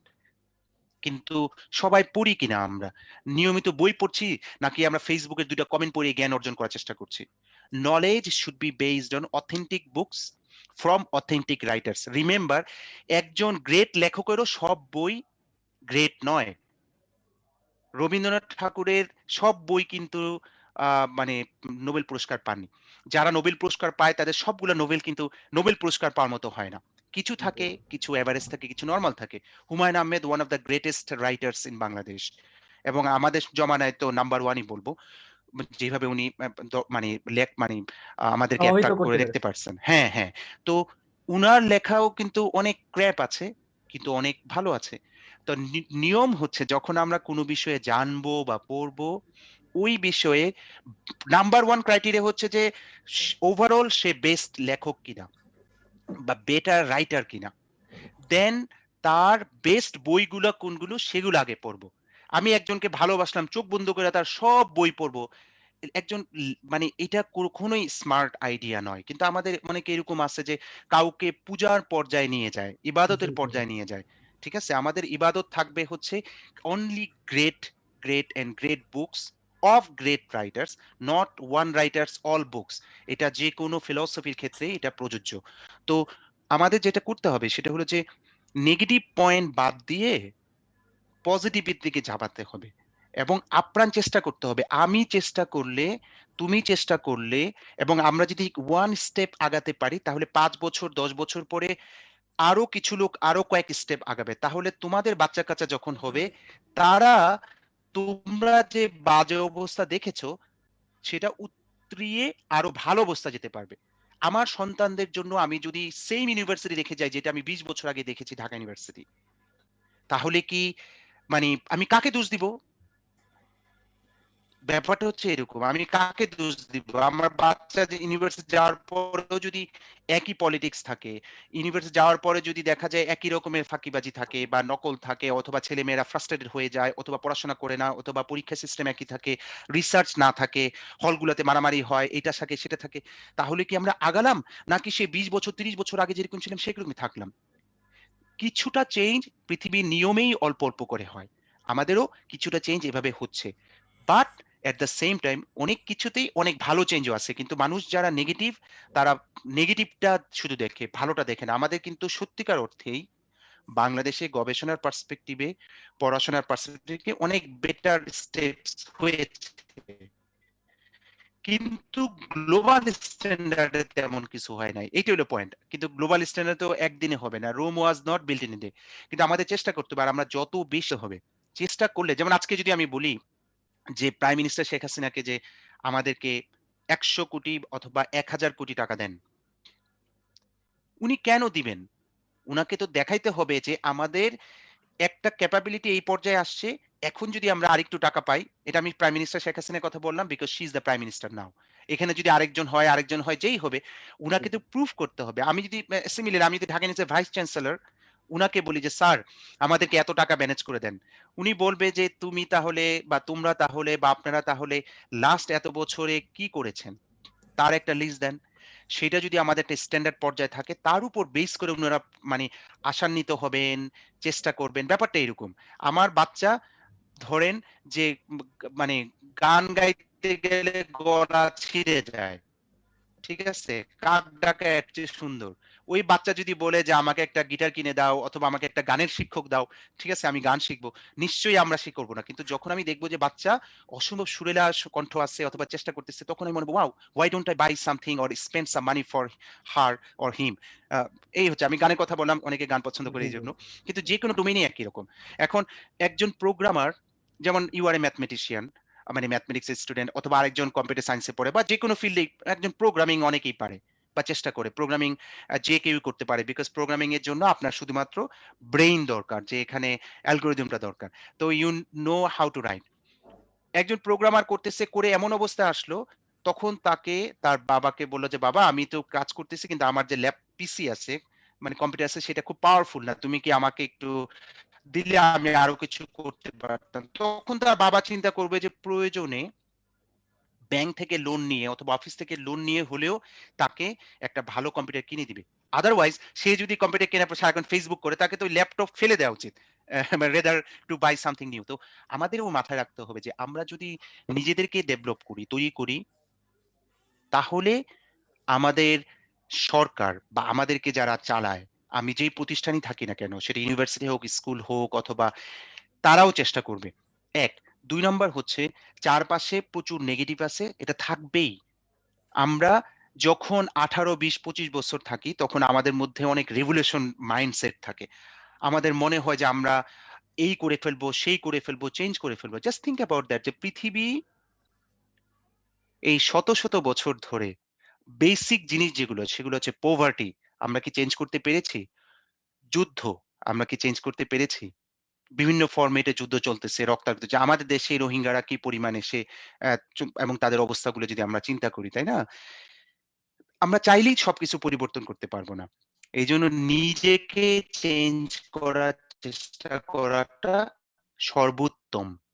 নিজেকে ভালো করার, ইমপ্রুভ করার and that should be knowledge based. Next step হবে যে আমি আস্তে, আস্তে টিম ফর্ম করব যাতে করে এই টিমের মাধ্যমে আমরা আগাতে পারি। স্টুডেন্টরা হতাশ হওয়ার কোনো জায়গা নাই। তোমরা যদি হতাশ হও তাহলে আল্টিমেটলি আমাদের দেশ আগাবে না, তোমরাও আগাবে না এবং তোমাদের ভবিষ্যৎ প্রজন্ম পিছিয়ে যাবে তোমাদের আজকের হতাশার জন্য। ফলে যেই অবস্থায় আছো, কোনো সাবজেক্ট খারাপ না। আমাদের এক টিচার ছিলেন প্রফেসর রেজাউল করিম মজুমদার। উনি ফাঁকিবাজ স্টুডেন্টদেরকে বলতেন যে, "বাবারা তুমি যদি এপ্লাইড ফিজিক্স আসছো কেন? তুমি যদি হোমিওপ্যাথিও পড়তা।" উনি এই কথা বলতো। উনার বাড়ি কুমিল্লা ছিল। তো উনি বলতো, "তুমি যদি হোমিওপ্যাথিও পড়তা এবং ওখানে ফার্স্ট, সেকেন্ড হইতা তাহলে তোমার কেরিয়ার আছে। আর তুমি যদি এপ্লাইড ফিজিক্স, ইলেকট্রনিক্স তখন আমাদের ডিপার্টমেন্ট ছিল যেটা আজকে ট্রিপল ই। সেই ডিপার্টমেন্টে পড়ে তুমি যদি 3rd ক্লাস, 2nd ক্লাস পাও বা কোনমতে পাস করো তাহলে তোমার কেরিয়ার নাই। বা ইউ নিড টু স্ট্রাগল মানে টু ওভারকাম।" এবং আমার পরিচিত অনেককেই দেখেছি যারা ইউনিভার্সিটি খুব খারাপ ছিল। কিন্তু যেহেতু তারা মেধাবী স্টুডেন্ট ছিল বা তাগাদা ছিল বা একটা প্যাশন ছিল, পাস করার পরে এক্সট্রা অর্ডিনারি পরিশ্রম করেছে। করে এরপরে তারা এখন সবাই সাকসেসফুল হইছে। কিন্তু তারা যদি ভার্সিটি লাইফে ওই চেষ্টাটা করত, তাহলে অনেক আগাতো। আর একটা জিনিস মাথায় রাখতে হবে যে ভার্সিটি লাইফে মৌজ করব, মজা করব, আনন্দ করব। এই কালচার বা টেনডেন্সি বা এই থিংকিং টা এক্সট্রিমলি রং। এটা ১ নম্বর। ২ নম্বর হচ্ছে যে কেউ যদি এই মুহূর্তে মনে করো ভার্সিটি লাইফ শেষ অথবা কেরিয়ার শুরু হবে বা এরকম আ হ ভালো অবস্থা নাই, চাকরি নাই, বাকরি নাই। এটা অনেকেরই হয়। I know this situation. আমারও অনেক ছাত্রছাত্রী আছে যারা হতাশায় থাকে, তেমন কিছু পায় না বা কি করবে বুঝতে পারে না। আমি শুধু এতটুকু বলি যে, "If your age is now 25, normally তুমি বাঁচবা ধরে নাও কোন রকমের রোগ বিমার না হলে আর দুর্ঘটনা না ঘটলে ৬৫, ৭০, ৭৫ বছর এখন বাঁচে। তাহলে তোমার মাত্র ২৫ বছর হলো এবং ২৫ বছর কিন্তু মূলত তুমি একটা গণ্ডির মধ্যেই ছিলা। School, college, university. ৬৫ মাইনাস ২৫ হলে কত হয়? 40 ইয়ার্স। মিনিমাম তোমার এখন ৪০ বছর সুপার অ্যাক্টিভ লাইফ রয়েছে, যেই লাইফে তুমি অনেক চিন্তা করে অনেক কিছু করার চেষ্টা করতে পারো। সুতরাং হতাশ হওয়ার কিছু নেই। আমার বয়স যদি এখন 40 হয়, তাহলে আমি ধরে নিব যে আমার এখনো 25, 30 ইয়ার্স বাকি আছে কাজ করার। এবং সেই কাজগুলো আরো বেশি ম্যাচিউরড কাজ হবে। আমি যখন ২৫-৩০ ছিলাম, তখন যেভাবে চিন্তা করতাম, ওই সময় ছিল রক্ত গরম। ওই সময় ছিল মানে অনেক কুছু হ্যান করেঙ্গা ত্যান করেঙ্গা টাইপের একটা চিন্তা ভাবনা। অনেক কিছু করে ফেলবো, অনেক পরিবর্তন করব এইসব। কিন্তু ওগুলো করতে গিয়ে অনেকেই আছে স্পেশালি যারা ধরেন যে বিভিন্ন রকমের রেভলিউশনারি গ্রুপের সাথে যুক্ত হয়ে যায়। ঠিক আছে? তারা দেখা যায় নিজেরই ক্ষতি করে। এইজন্য আমি সবাইকে রিকোয়েস্ট করব নাম্বার 1 ফোর্সফুলি সিচুয়েশন না হলে পলিটিক্যাল ইনভলভমেন্ট 0 করে ফেলাই ভালো। অনেকে আছে বলে যে সবার পলিটিক্যাল সচেতনতা থাকবে। উন্নত বিশ্ব তারা পলিটিক্সের প্রাইম মিনিস্টারের নাম জিজ্ঞেস করলে বলতে পারে না। অন্য মিনিস্টারের নাম বললেও জিজ্ঞেস করতে পারে না। আমি প্রচুর জাপানিজ পেয়েছি, অস্ট্রেলিয়ান পেয়েছি। এটা ম্যাটার করে না। ম্যাটার করে হচ্ছে যে আমি আমার নিজেকে স্টেবল করতে পারছি কিনা। সুতরাং পলিটিক্যাল চিন্তাভাবনা, পলিটিক্যাল ইনভলভমেন্ট 0 করে ফেলাই হচ্ছে মানে সবচেয়ে ভালো। দেন তুমি তোমার লেভেলে ম্যাক্সিমাম চেষ্টা করে দেখো কতদূর যেতে পারো। এবং হতাশ হওয়া কখনোই যাবে না because you have another 40-45 years left in your life. সেই সময়টাকে তৈরি করার জন্য তুমি চেষ্টা করো। তুমি যদি পিছিয়ে পড়ে থাকো, টাইনে টুনে পাস করছো ফর এক্সাম্পল, অথবা এমন একটা সাবজেক্টে পড়ছো যে সাবজেক্টে ধরে নাও ডিমান্ড নাই, এটা কিন্তু এটা মাথায় রাখতে সারা পৃথিবীতে বিভিন্ন সাবজেক্ট আছে যেগুলো ডিমান্ড থাকে না, ওগুলো বিভিন্ন পারপাসে পড়ানো হয়। শুধু আমাদের দেশে একটু দুর্ভাগা যে এমন সব সাবজেক্ট বেশি করে রাখছে যেগুলোর ডিমান্ড নাই বা ওখান থেকে তেমন কিছু শেখা যায় না, কিন্তু সামহাউ ওই সাবজেক্টগুলোর পরিমাণ বা ছাত্রছাত্রীর পরিমাণ অনেক বেশি করে ফেলছে, যেটা আসলে দরকার নাই। এটা কেন করেছে সেটা আমি জানি না, কারণ I was not a policy maker, I am not a policy maker. হতে পারে পলিসি মেকাররা ভালো করে জানতে পারেন যে সস্তায় পড়াইতে গেলে অথবা সহজে পড়াইতে গেলে অথবা জাস্ট ইউনিভার্সিটি পড়ে তারা কিছু ব্রেইনস্টর্মিং শিখলো, পরবর্তীতে তারা বিভিন্ন ফিল্ডে হয়তো কাজ করবে, দে নো বেটার। হয়তো মানে আমি যা বলছি তা কিছুটা সত্য। তো যাই হোক, তো পয়েন্ট হচ্ছে যে হতাশার দিকে গেলে আমাদের ক্ষতি হবে। আর আরেকটা বিষয় হচ্ছে যে এই ২-৩ দিন পর পরে আমরা দেখি যে সব নিউজ তো আসে না। ২-৪টা নিউজ যেটা দেখি যে সুইসাইড করে ফেলে, এই করে সে, অনেকে জি, জি। সুইসাইড করে না কিন্তু সুইসাইডের মতোই মানসিক অবস্থা থাকে তোমাদের। মাথায় রাখতে হবে যে জীবন অনেক বড়। জীবন তুমি অনেকভাবে চালাতে পারো এবং তোমার মৃত্যু কখনোই বা তোমার মানে ডাউনফল কাউকে কোনো বেনিফিট দিবে না। ঠিক আছে? সুতরাং বা কারো কোনো ক্ষতিও করবে না। তুমি প্রেমে পড়ে যদি মরে যাও, ফর এক্সাম্পল অনেকে এটা করে। জি, জি। তো আল্টিমেটলি কিন্তু তোমার যেটা হবে সেটা হচ্ছে যে মানে এমন না যে তুমি যার জন্য প্রেমে পড়লে তার বা কিছু মানে সে কয়েক বছর পরে দেখা যাবে যে সংসার করে বাচ্চা-কাচ্চা করে খুব সুখেই আছে হয়তো। এমন না যে তোমার দুঃখে সে শাস্তি পাচ্ছে, নো? So think positively. এবং যদি কারো মাইন্ডসেট খারাপ থাকে তাহলে ওই যে যেই ধর্ম তুমি পালন করো না কেন, তোমার ধর্মে অনেক ভালো ভালো বাণী আছে, সেই বাণীগুলো টেবিলের কোনা কাঞ্চিতে সুন্দর সুন্দর করে রাখলে ইউ ক্যান মানে remind yourself again and again. তাহলে সেটা তোমাকে ইন্সপায়ার করবে, তোমাকে বেটার ডিরেকশনে নিয়ে যাবে। আর number one point again and again, যে পরিশ্রমের কোনো বিকল্প নাই। আমি গতকালই মনে হয় ফেসবুকে একটা স্ট্যাটাস দিয়েছি।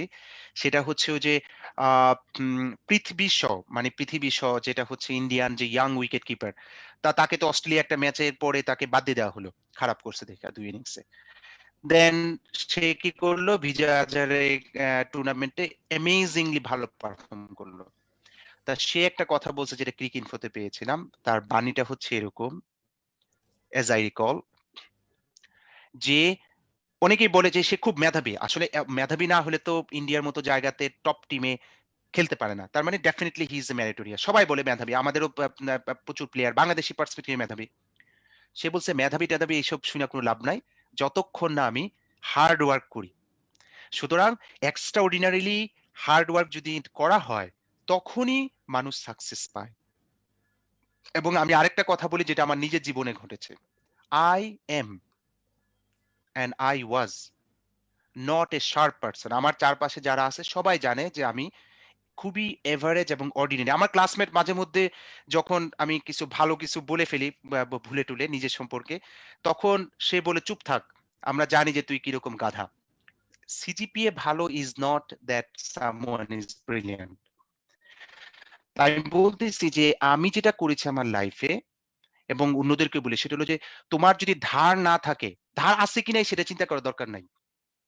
ধারে না কাটলে ভারে কাটতে। যেটা আমি এক্সাম্পল দিতাম যে একটা ছুরি দিয়ে যদি খেচ করি তাহলে এটা কেটে যাবে। এটা হলো ধারে কাটা। তার মানে you are very sharp. You are Einstein অথবা নোবেল লরিয়েট টাইপের ব্যক্তি। আর ভারে কাটা মানে হচ্ছে আমার যদি একটা লাইলন সুতা দিয়ে এই নিচে মানে ১ কেজি ১ কেজি ২ টা বাটখারা দিয়ে ঝুলিয়ে দেই, তাহলে দেখা যাবে সময়ের সাথে, সাথে আমার হাতের এই মাসলটা কেটে যাবে। এটাকে বলা হয় ভারে কাটা। তার মানে আমার যদি ধার না থাকে ভারে কাটতে হবে। তা আসলে ধার বলে কিছু নাই। ধার মানে বা শার্পনেস আছে অবশ্যই। কিছু নাই বলা ঠিক না। কিন্তু যার আছে তার আছে। কিন্তু যার নাই সে ভারে কাটার চেষ্টা করে। This is number 1. নাম্বার 2, ছুরি আছে না? ছুরি আমরা যদি রেখে দেই, ওই যে কুরবানির সময় আমরা যে বড় ছুরি থাকে সেগুলো কিন্তু ১ বছর ব্যবহার হয় না। কোনাকাঞ্চিতে পড়ে থাকে। কোরবানির আগে আমরা কিন্তু আবার শার্প করি। তা যেহেতু ঝং পড়ে গেছে, মরিচা পড়ে গেছে, রাস্টি, আমরা কিন্তু ওই যে অনেক সময় নিয়ে তাকে মানে ঘষা আমরা তাকে শার্প বাড়াই। শার্পনেস নিয়ে আসি। তার মানে সুপার শার্প একটা ছুরি ১ বছর কোনো কিছু করে নাই বলে সে কিন্তু মানি মানি কি বলবো? এটা কোনো কাজের মানি কোনো কাজের থাকে না। তাকে আবার ধৈর্য ধরে ঘষতে শার্প করতে হয়। তার মানে হচ্ছে যে কেউ যদি মনে করো তুমি গাধা হয়ে গেছো, আশেপাশে মানুষ আমরা কি বলি? ফাইজলামি করে বলে হলেও আবার সিরিয়াসলি ভাই তুই যে একটা গাধা, হুম, গর্দভ তোর দ্বারা কিচ্ছু হবে না। এগুলো আমরা বলি। এতে যদি কারো মনে হয় এরকম হও, তাহলে তুমি এক্সট্রা এফোর্টস দাও।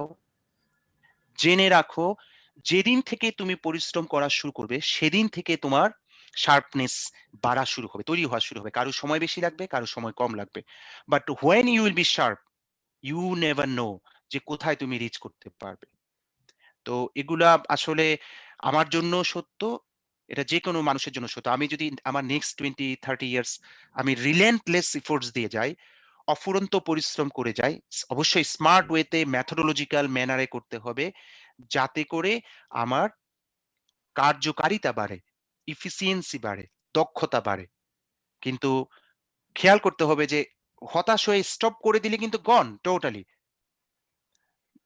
মানে প্রবাহিত নদী যেরকম যে পানি সবসময় যাবে, ওই জায়গায় নর্দমা জমে না। কিন্তু যেখানে মানে জমে থাকে পানি সেই জায়গায় নর্দমা জমে। সুতরাং চেষ্টা করতে হবে নলেজ পাওয়ারফুল নলেজকে করা, এবং যেই ফিল্ডে তুমি কাজ করো সেই ফিল্ডে তুমি করবে। সমস্যার কিছু নাই। ঠিক আছে? আবার আরেকটা বিষয় হচ্ছে যে কোন ডোমেইন যদি তোমার ভালো না লাগে, আ কিছুটা সাইডে তুমি ঝুঁকে তুমি চেষ্টা করো যে অন্য কোনো ডিরেকশন এ তুমি যেতে পারবে কিনা। রিসার্চ এর জন্য এটা ইম্পোর্টেন্ট যে অনেক সময় আমরা রিসার্চে একটা লাইনে চেষ্টা করি, হচ্ছেই না। তখন একদমই ওটাকে ফেলে না দিয়ে কাছাকাছি আরেকটা আ মানে ডোমেইন এ চিন্তা করা। সেটা অনেক সময় কাজে লাগে।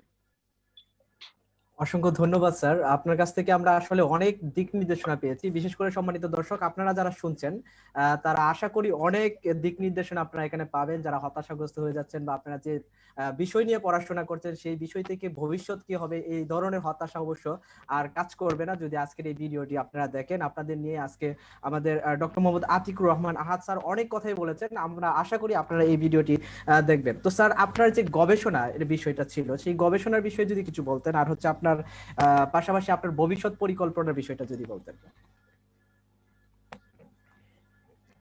আচ্ছা। আমার গবেষণা হচ্ছে যে আমি কম্পিউটার ভিশন অথবা কম্পিউটার ভিশন তো অনেকের জন্য ডিফিকাল্ট হবে। ইমেজ অথবা ভিডিওকে প্রসেস করে আ উম আ মানুষের কাজকর্ম আন্ডারস্ট্যান্ড করা।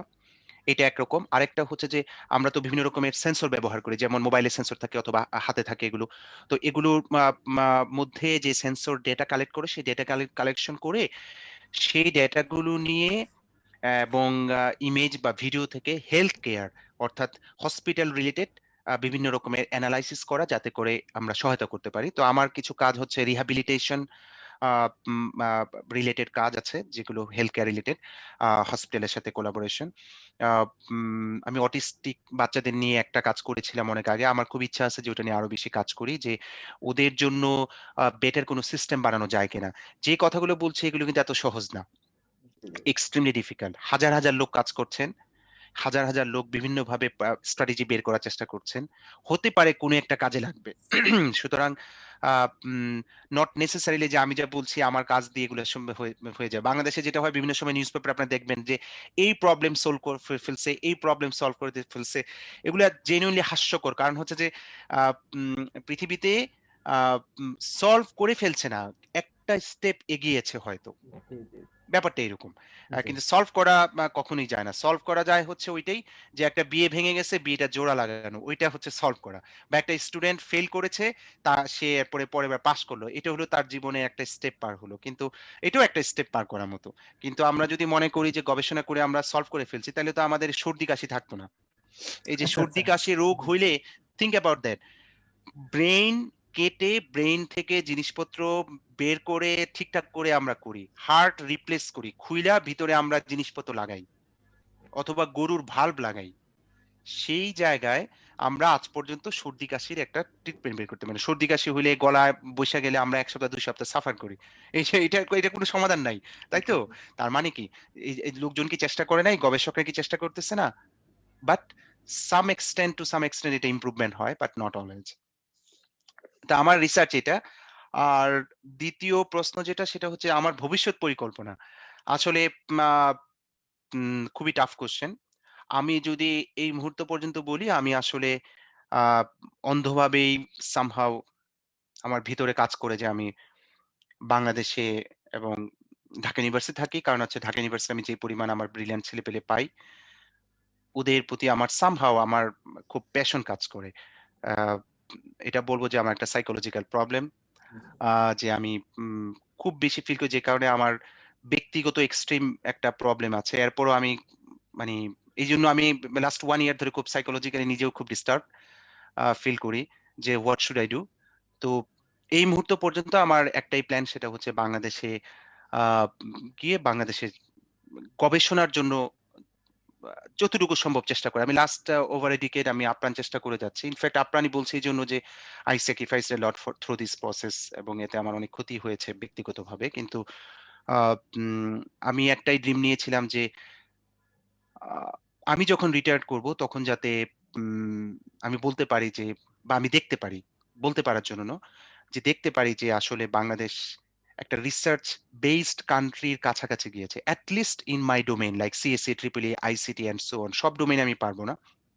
এবং আমি আ মোর দ্যান এ ডিকেড এই লাইনে চেষ্টা করে যাচ্ছি। এখন আমার চেষ্টাতে আমি এতটুকু বলব যে আ যখন আমি শুরু করেছিলাম আর এখন যদি আমি সারা বাংলাদেশের অবস্থা দেখি, আমার ইনভলভমেন্ট এর কারণেই শুধু নয়, আমার কিছু জায়গায় আমার ইনভলভমেন্ট আছে। এটা সত্য। Behind the scene and front এও।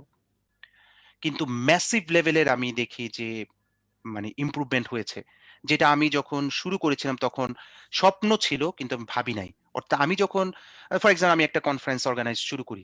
আমি আমার ওয়াইফকে বলেছিলাম যে আমি দেশে যখন যাব, আমি যদি নিজে রিসার্চ করি সর্বোচ্চ ১ টা ২ টা করে পেপার হবে। এটা অনেকেরই হয়, সারা পৃথিবীতে অনেকেরই হয়। কিন্তু অন দ্যা আদার হ্যান্ড আমি যদি দেশের রিসার্চ প্ল্যাটফর্মটাকে ইমপ্রুভ করতে চাই যে দেশে গবেষণাধর্মী হবে, লোকজন গবেষণা করে বড় রিসার্চাররা দেশে আসবে, তারা টক দিবে, ইন্সপায়ার ফিল করবে স্টুডেন্টসরা, রিসার্চাররা। এই মিলন মেলা করে আমি যদি কিছু টপ লেভেলের কাজ করতে পারি, তাহলে হয়তো আমার পরিবর্তে এরকম ১০০, ১,০০০ লোকজন কাজ করবে এবং এটা হতে পারে কিউমুলেটিভ আকারে বাড়বে। যেটা আমি একবার ১ম দিকে বলেছিলাম যে ১ জন থেকে ২ জন, ২ জন থেকে ৪ জন অ্যান্ড সো অন। তো আমি যখন শুরু করি ২০১২ তে তখন বাংলাদেশে প্রতি বছর ১.৫ টা কনফারেন্স হতো। ১.৫ টা বলছি এইজন্য যে একটা কনফারেন্স প্রতি বছর আইসিসিআইটি আরেকটা আমাদের ডোমেইনে, আরেকটা হচ্ছে আইসিইসি প্রতি ২ বছরে একবার হতো। তার মানে পার ইয়ার ১.৫ টা কনফারেন্স হতো। কিন্তু যখন শুরু করলাম, দেন আবার করলাম, পরের বছর এবং আমরা চেষ্টা করলাম যে কিছু একাডেমিক্যালি এক্সিলেন্ট টপ র‍্যাংকড কনফারেন্স গুলো যে স্ট্যান্ডার্ড মেইনটেইন করে, যেই টপ কোয়ালিটির লোকজনকে ইনভলভ করে আমরা সেগুলো করার চেষ্টা করেছিলাম। ওয়ার্ল্ডের টপ মোস্ট ব্যক্তিদেরকে ইনভলভ করে চেষ্টা করেছিলাম যে to do something better and খুবই প্রফেশনাল। প্রফেশনাল এই লেভেলে যে ওয়ার্ল্ডের কোনো কনফারেন্সে সাধারণত উদ্বোধন অনুষ্ঠানের নামে ১ ঘন্টা ২ ঘন্টা, ক্লোজিং অনুষ্ঠানের নামে ১-২ ঘন্টা নষ্ট করে না। মন্ত্রী আসে না, এ আসে না, সে আসে না। ১০-১৫ জন খালি বকবক করবেন ১.৫-২ ঘন্টা ধরে, সেটা হয় না। তো আমি যখন শুরু করেছিলাম আমরা তখন ঢাকা ইউনিভার্সিটির vice chancellor Arefin Siddique sir ছিলেন। হি ওয়াজ কাইন্ড এবং আমি জানি না আমি এত বেশি প্যাশনেট ছিলাম। আমি বলছি, "স্যার আপনাকে কিন্তু 5 মিনিটস এবং রিমেম্বার যে 5 মিনিটস এর বেশি এটা আপনার বলবেন না। এরপরেই আমরা কিনোট শুরু করে দিব। অ্যান্ড ইট ওয়াজ গ্রেট যে he supported me through this process যে উনি 5 মিনিটস এ বলেছেন। এবং উনি কখনো ডিলে করে আসেন নাই। কারণ আমি উনাকে বলছি, "স্যার এটা আতিকের প্রোগ্রাম।" আমি কিন্তু উনাকে সাথে জীবনে আমার ১ম দেখা। বাট জি, আমি জি। এভাবেই কথা বলেছিলাম। তা আমার মনে হয় I was too much passionate. বললাম না যে ইয়াঙ্গার ইউ আর অনেক বেশি প্যাশনেট থাকেন। তা স্যার হয়তো বুঝতে পারছে যে আতিক যা বলছে তা বেয়াদবি নয়। তা হতে পারে তার একটা ড্রিম টার্গেট। তো আমি ট্র্যাডিশনাল এর বাইরে গিয়ে এগুলা করেছিলাম। তা বাংলাদেশে আমি যে কতগুলো ইভেন্ট করেছি সেগুলোর সময় যদি আমি উদ্বোধনী আর ক্লোজিং এ ১ টা ২ টা করে মন্ত্রী আনতাম তাহলে অলরেডি আমি হয়তো মন্ত্রী হয়ে যেতাম ফান আচ্ছা, করে আচ্ছা। যদি বলি। কারণ জি, জি, জি। ১০-১৫ জন মন্ত্রীর সাথে যোগাযোগ থাকলে মানুষের অনেক কিন্তু বেনিফিট হয়। কিন্তু I G, G. never looked at that এবং আমি মিডিয়া পুরোপুরি এভয়েড করেছিলাম। যে কেউ কোনো মিডিয়া যদি আসতো কারণ হয় কি যে ইটস a difficult world. আপনি যদি কোনো চেঞ্জ করতে চান ট্র্যাডিশনাল এর বাইরে যেমন আমাকে কথাও শুনতে হয়েছে যে ওখানে হয়তো ডিন ছিলেন। তা একজন আমাকে এক প্রফেসর বলছে যে ডিন ছিল, উনাকে স্টেজে বসাও নাই। তো আমি বললাম যে, "স্যার উনি তো কনফারেন্সের কেউ না। উনি তো ওই ফিল্ডের কেউ না বা এক্সপার্ট না বা উনার কথা বলার তো কিছু নাই। উনি হুম। বললে কি বলবেন? উনি সবাইকে ধন্যবাদ জানাবেন। এরপরে আবার একই কথা বলবেন। আমি কনফারেন্সের মানে ভালো কামনা অ্যাপ্রিশিয়েট করি।" করবেন। জি। অ্যাপ্রিশিয়েট করতে হুম। অ্যাপ্রিসিয়েশন তো দরকার নাই। জি, অ্যাপ্রিশিয়েট জি, খাবার টেবিলে বইসা যখন খাবে তখন বললেই হয়। তো জি। পয়েন্ট হচ্ছে যে it was too tough. But I started that এবং যতদিন করেছি, যতগুলো ইভেন্ট করেছি প্রত্যেকটাতে এক্সাক্টলি তাই করেছি। তো এবং আমরা এটা করতে পেরেছি বলে যেটা হইছে সেটা হলো যে আপনি দেখেন যে এই বছর মানে গত বছর, এর আগের বছর, এর আগের বছর মোটামুটি লাস্ট ২ বছরে ১০ টার মতো ইন্টারন্যাশনাল কনফারেন্স হয়েছে। ৫-৬ বছর আগে ৪-৫ টা করে হইছে। তো মানুষ মনে করেছে যে বা বিভিন্ন টিচাররা বিভিন্ন ইউনিভার্সিটি যে ইট ইস পসিবল এবং বিহাইন্ড দ্য সিন আমি ৫-৬ টা কনফারেন্সকে একদম ওতপ্রোতভাবে লেগে থেকে আমি হেল্প করেছি। স্পিকার দিয়ে হোক, পরামর্শ দিয়ে হোক, এটা সেটা করে। এবং আমরা এটা করেছি বলে এবং এটা দেখে অনেকেই করেছে এবং যেটা হইছে যে 10 ইয়ার্স বিফোর আই ট্রাইড এবং আমাকে অনেক শিক্ষক, অনেক স্টুডেন্ট আমি তাদের কাছে চিরকৃতজ্ঞ তারা হেল্প করেছেন। পরে আরো অনেকে করেছেন এবং তাদের অনেকেই এখন বিভিন্ন ইউনিভার্সিটিতে কনফারেন্স এতে যেটা হচ্ছে সেটা হলো যে আগে যেখানে যে আমি যদি লেভেল ধরি যে সবকিছুর তো একটা র‍্যাংক আছে। আমাদের ইউনিভার্সিটি যেরকম র‍্যাংক আছে, আমাদের সিজিপিএ যেরকম র‍্যাংক আছে, আমাদের দেশের যেরকম র‍্যাংক আছে, এডুকেশন বা কনফারেন্স বা জার্নাল গুলোতে র‍্যাংক আছে। আমরা যদি মিনিমাম একটা র‍্যাংক ধরি সেই র‍্যাংকের স্ট্যান্ডার্ডে বাংলাদেশে এখন ১০ টা যদি কনফারেন্স হয়, সেখানে যদি ১,০০০ স্টুডেন্টসরা ওই মিনিমাম র‍্যাংকের ক্রস করার পরে পেপার অ্যাকসেপ্ট হয় এবং তারা পেপার পাবলিশ করে। Which is excellent. ১০ বছর আগে সেটা ছিল যদি ১০০ হয়, ১৫ বছর আগে যদি ১০ টা, ১৫ টা, ২০ টা, ৫০ টা থাকতো, এখন সেটা ১,০০০ হচ্ছে। সুতরাং আমি যেটা দেখি সেটা হলো যে এটা বলার উদ্দেশ্য, আল্লাহ মাফ করুক, কোনভাবে আমি মানে সেলফ জন্য বলছি না। তাহলে তো আমি বললাম মিডিয়া আমি এভয়েড করেছি প্রচুর। আমি যেটা বলতে চাচ্ছি সেটা হলো যে যদি আমরা ট্রাই করি ভালো কিছু এবং লেগে থাকি, এইটার ফল কিরকম আসবে সেটা আমরা আগে থেকে বলতে পারবো না। ইয়েস, আমি চেয়েছিলাম যে আরো অনেক কিছু হবে। কিন্তু অনেক কিছু হয় নাই। কিন্তু যা হয়েছে তাও কিন্তু অনেক ম্যাসিভ। অন্তত আমি এটা ভাবি নাই যে মানে কম্পিটিশন হোক, এনকারেজমেন্ট হোক এবং ভালো কাজে তো কম্পিটিশন করতেই হবে। ঠিক আছে? এটা ধর্মেরও বিধান যে তুমি ভালো কাজে কম্পিটিশন করো। জি, জি। তো দেখা যাচ্ছে একটা দেশে ১০ টা কনফারেন্স হচ্ছে, আরো বেশি হচ্ছে এবং ছোট, ছোট অনেক ইভেন্ট হচ্ছে এবং তারা প্রফেশনালি করার চেষ্টা করতেছে। দিস আর এক্সেলেন্ট এবং এটা যত বেশি হবে, তত বেশি মানুষের মধ্যে একাডেমিক ওয়েতে কম্পিটিশন হবে। ইয়াং রিসার্চাররা এখন যে পরিমাণ লেখালেখি করছে, চেষ্টা করছে সেটা কল্পনার বাইরে। আমাদের সময় ইভেন ১০ বছর আগে এতটা ছিল না। ট্রু সেন্সেই বলছি। সুতরাং এটা আমি মূলত বলছি কম্পিউটার সায়েন্স অ্যান্ড ট্রিপলি এইসব ডোমেইনে আইসিটি ডোমেইন গুলাতে। অন্য জি, ফিল্ডের আমি খোঁজখবর জানার কথা না যেহেতু আমি ওগুলাতে আমার ডোমেইন না। তো কিন্তু এটাও সত্য যে আমাদের অনেকগুলো অলিম্পিয়াড হচ্ছে, ম্যাথমেটিক্স অলিম্পিয়াড, ফিজিক্স অলিম্পিয়াড। যেমন আমরা ইলেকট্রনিক্স অলিম্পিয়াড ঢাকা ইউনিভার্সিটিতে আমরা শুরু করেছিলাম। ১ম বার আমরা কয়েকজন মিলে আমরা করলাম। বাংলাদেশ ইলেকট্রনিক্স সোসাইটির সাথে মিলে। পরের বার ইলেকট্রনিক্স সোসাইটি এবং আমাদের ডিপার্টমেন্ট যেটা এখন ট্রিপলি আমরা করলাম। পরে এটা আর হলো না। এখন ফিজিক্স অলিম্পিয়াড ১ম বার হয়ে ২য়, ৩য় এখন রোবোটিক্স অলিম্পিয়াড হচ্ছে, এনভায়রনমেন্ট অলিম্পিয়াড হচ্ছে, কেমিস্ট্রি অলিম্পিয়াড, বায়োকেমিস্ট্রি অলিম্পিয়াড। এগুলো কিন্তু যারা করে তাদের জীবনটা চলে যায় এগুলার পিছনে কাজ করতে, করতে। অনেক পরিশ্রম, আসলেই অনেক পরিশ্রম। স্পেশালি ১ম কয়েকবার যখন করে তাদের অনেক পরিশ্রম হয়। কারণ কোন কিছুই তো নাই। How to start? দেন একটা স্ট্রাকচারড অবস্থা চলে আসলে তখন আরো ডেভেলপ হয়। ফিজিক্স অলিম্পিয়াড যে অবস্থায় আসে, ম্যাথমেটিক্স অলিম্পিয়াড যে অবস্থায় আসে, আমরা যদি বিভিন্ন ডোমেইন এ এগুলা করতে পারি, আরো চেষ্টা করতে পারি, তাহলে দেখা যাবে যে রিমেম্বার একটা করা বলতে বুঝাচ্ছি যে একাডেমিক পয়েন্ট অফ ভিউতে। নট আমি অনুষ্ঠানটা কত জাঁকজমক করলাম, কতটা বেলুন উড়াইলাম, কোন মন্ত্রী আসলো কি আসলো না, ওইটা ইম্পোর্টেন্ট না। মোস্ট ইম্পোর্টেন্ট একাডেমিক জায়গায় বা রিসার্চের জায়গায় হচ্ছে যে গবেষণা। যে কারণে নোবেল পুরস্কার একজন পেলে মানে এমন না যে মানে তার টকে সকল মন্ত্রীরা এসে ০.৫ ঘন্টা কথা বলে। তারা কোনো পাত্তাও পায় না। নোবেল পুরস্কার যে পায় সে যখন বলে তখন অন্যরা চুপচাপ শুনে। তো ব্যাপারটা হচ্ছে এরকম। কিন্তু আমাদের কালচারটা হতে পারে শুধু আমাদের না, ইন্ডিয়ার কালচার একই রকম। মালয়েশিয়ায় আমি কয়েকটা কনফারেন্স অ্যাটেন্ড করেছি। প্রায় কাছাকাছি দেখা যাচ্ছে উদ্বোধনী অনুষ্ঠান অনেক বেশি যাচ্ছে। আমাকে সামনে স্টেজে বইসা আছি। চারপাশে আরো ৭-৮ জন। ঠিক আছে? আমার টক হচ্ছে ধরেন যে ৫০ মিনিট বা ১ ঘন্টা। আর উনারা এসব নিয়ে বলতেছে ২ ঘন্টা। দর্শকরা বা পার্টিসিপেন্টস আর অলরেডি টায়ার্ড যে ২ ঘন্টা ধরে আমি বকবক শুনতেছি। ঠিক আছে? আমি বকবক বলতেছি এইজন্য আল্লাহ মাফ করুক, নতুবা যদি কেউ শুনে ভাববে যে আমি ইনসাল্ট করতেছি। Now I am not insulting. আমি বলতেছি যে এটা একটা কালচার। আমরা রিসার্চের জায়গাতে এইগুলা বাদ দিতে পারি। আমরা উনাদেরকে রাখতে পারি বিভিন্ন ইউনিভার্সিটি প্রোগ্রামে। বাংলাদেশ পরিবেশ আন্দোলন, আমি ওটার মানে একজন এক্সিকিউটিভ কমিটি মেম্বার ছিলাম।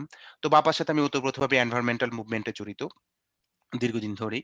তো আ এবং বাইরেও যেটা বাপার একটা শক্তি, সেটা হচ্ছে বাংলাদেশ এনভায়রনমেন্ট নেটওয়ার্ক গ্লোবালি। তো ওইটার সাথে আমি জড়িত।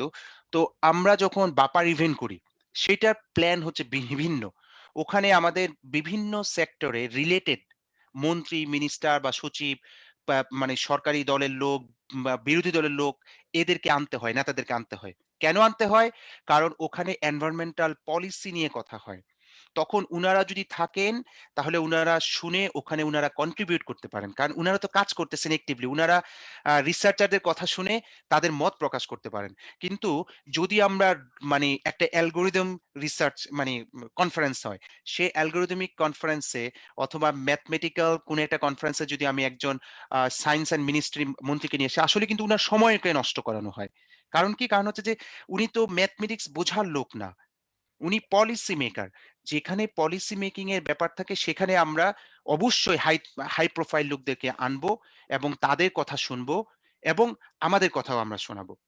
তাহলে যেটা হবে mutually we can learn from each other regarding policy and development.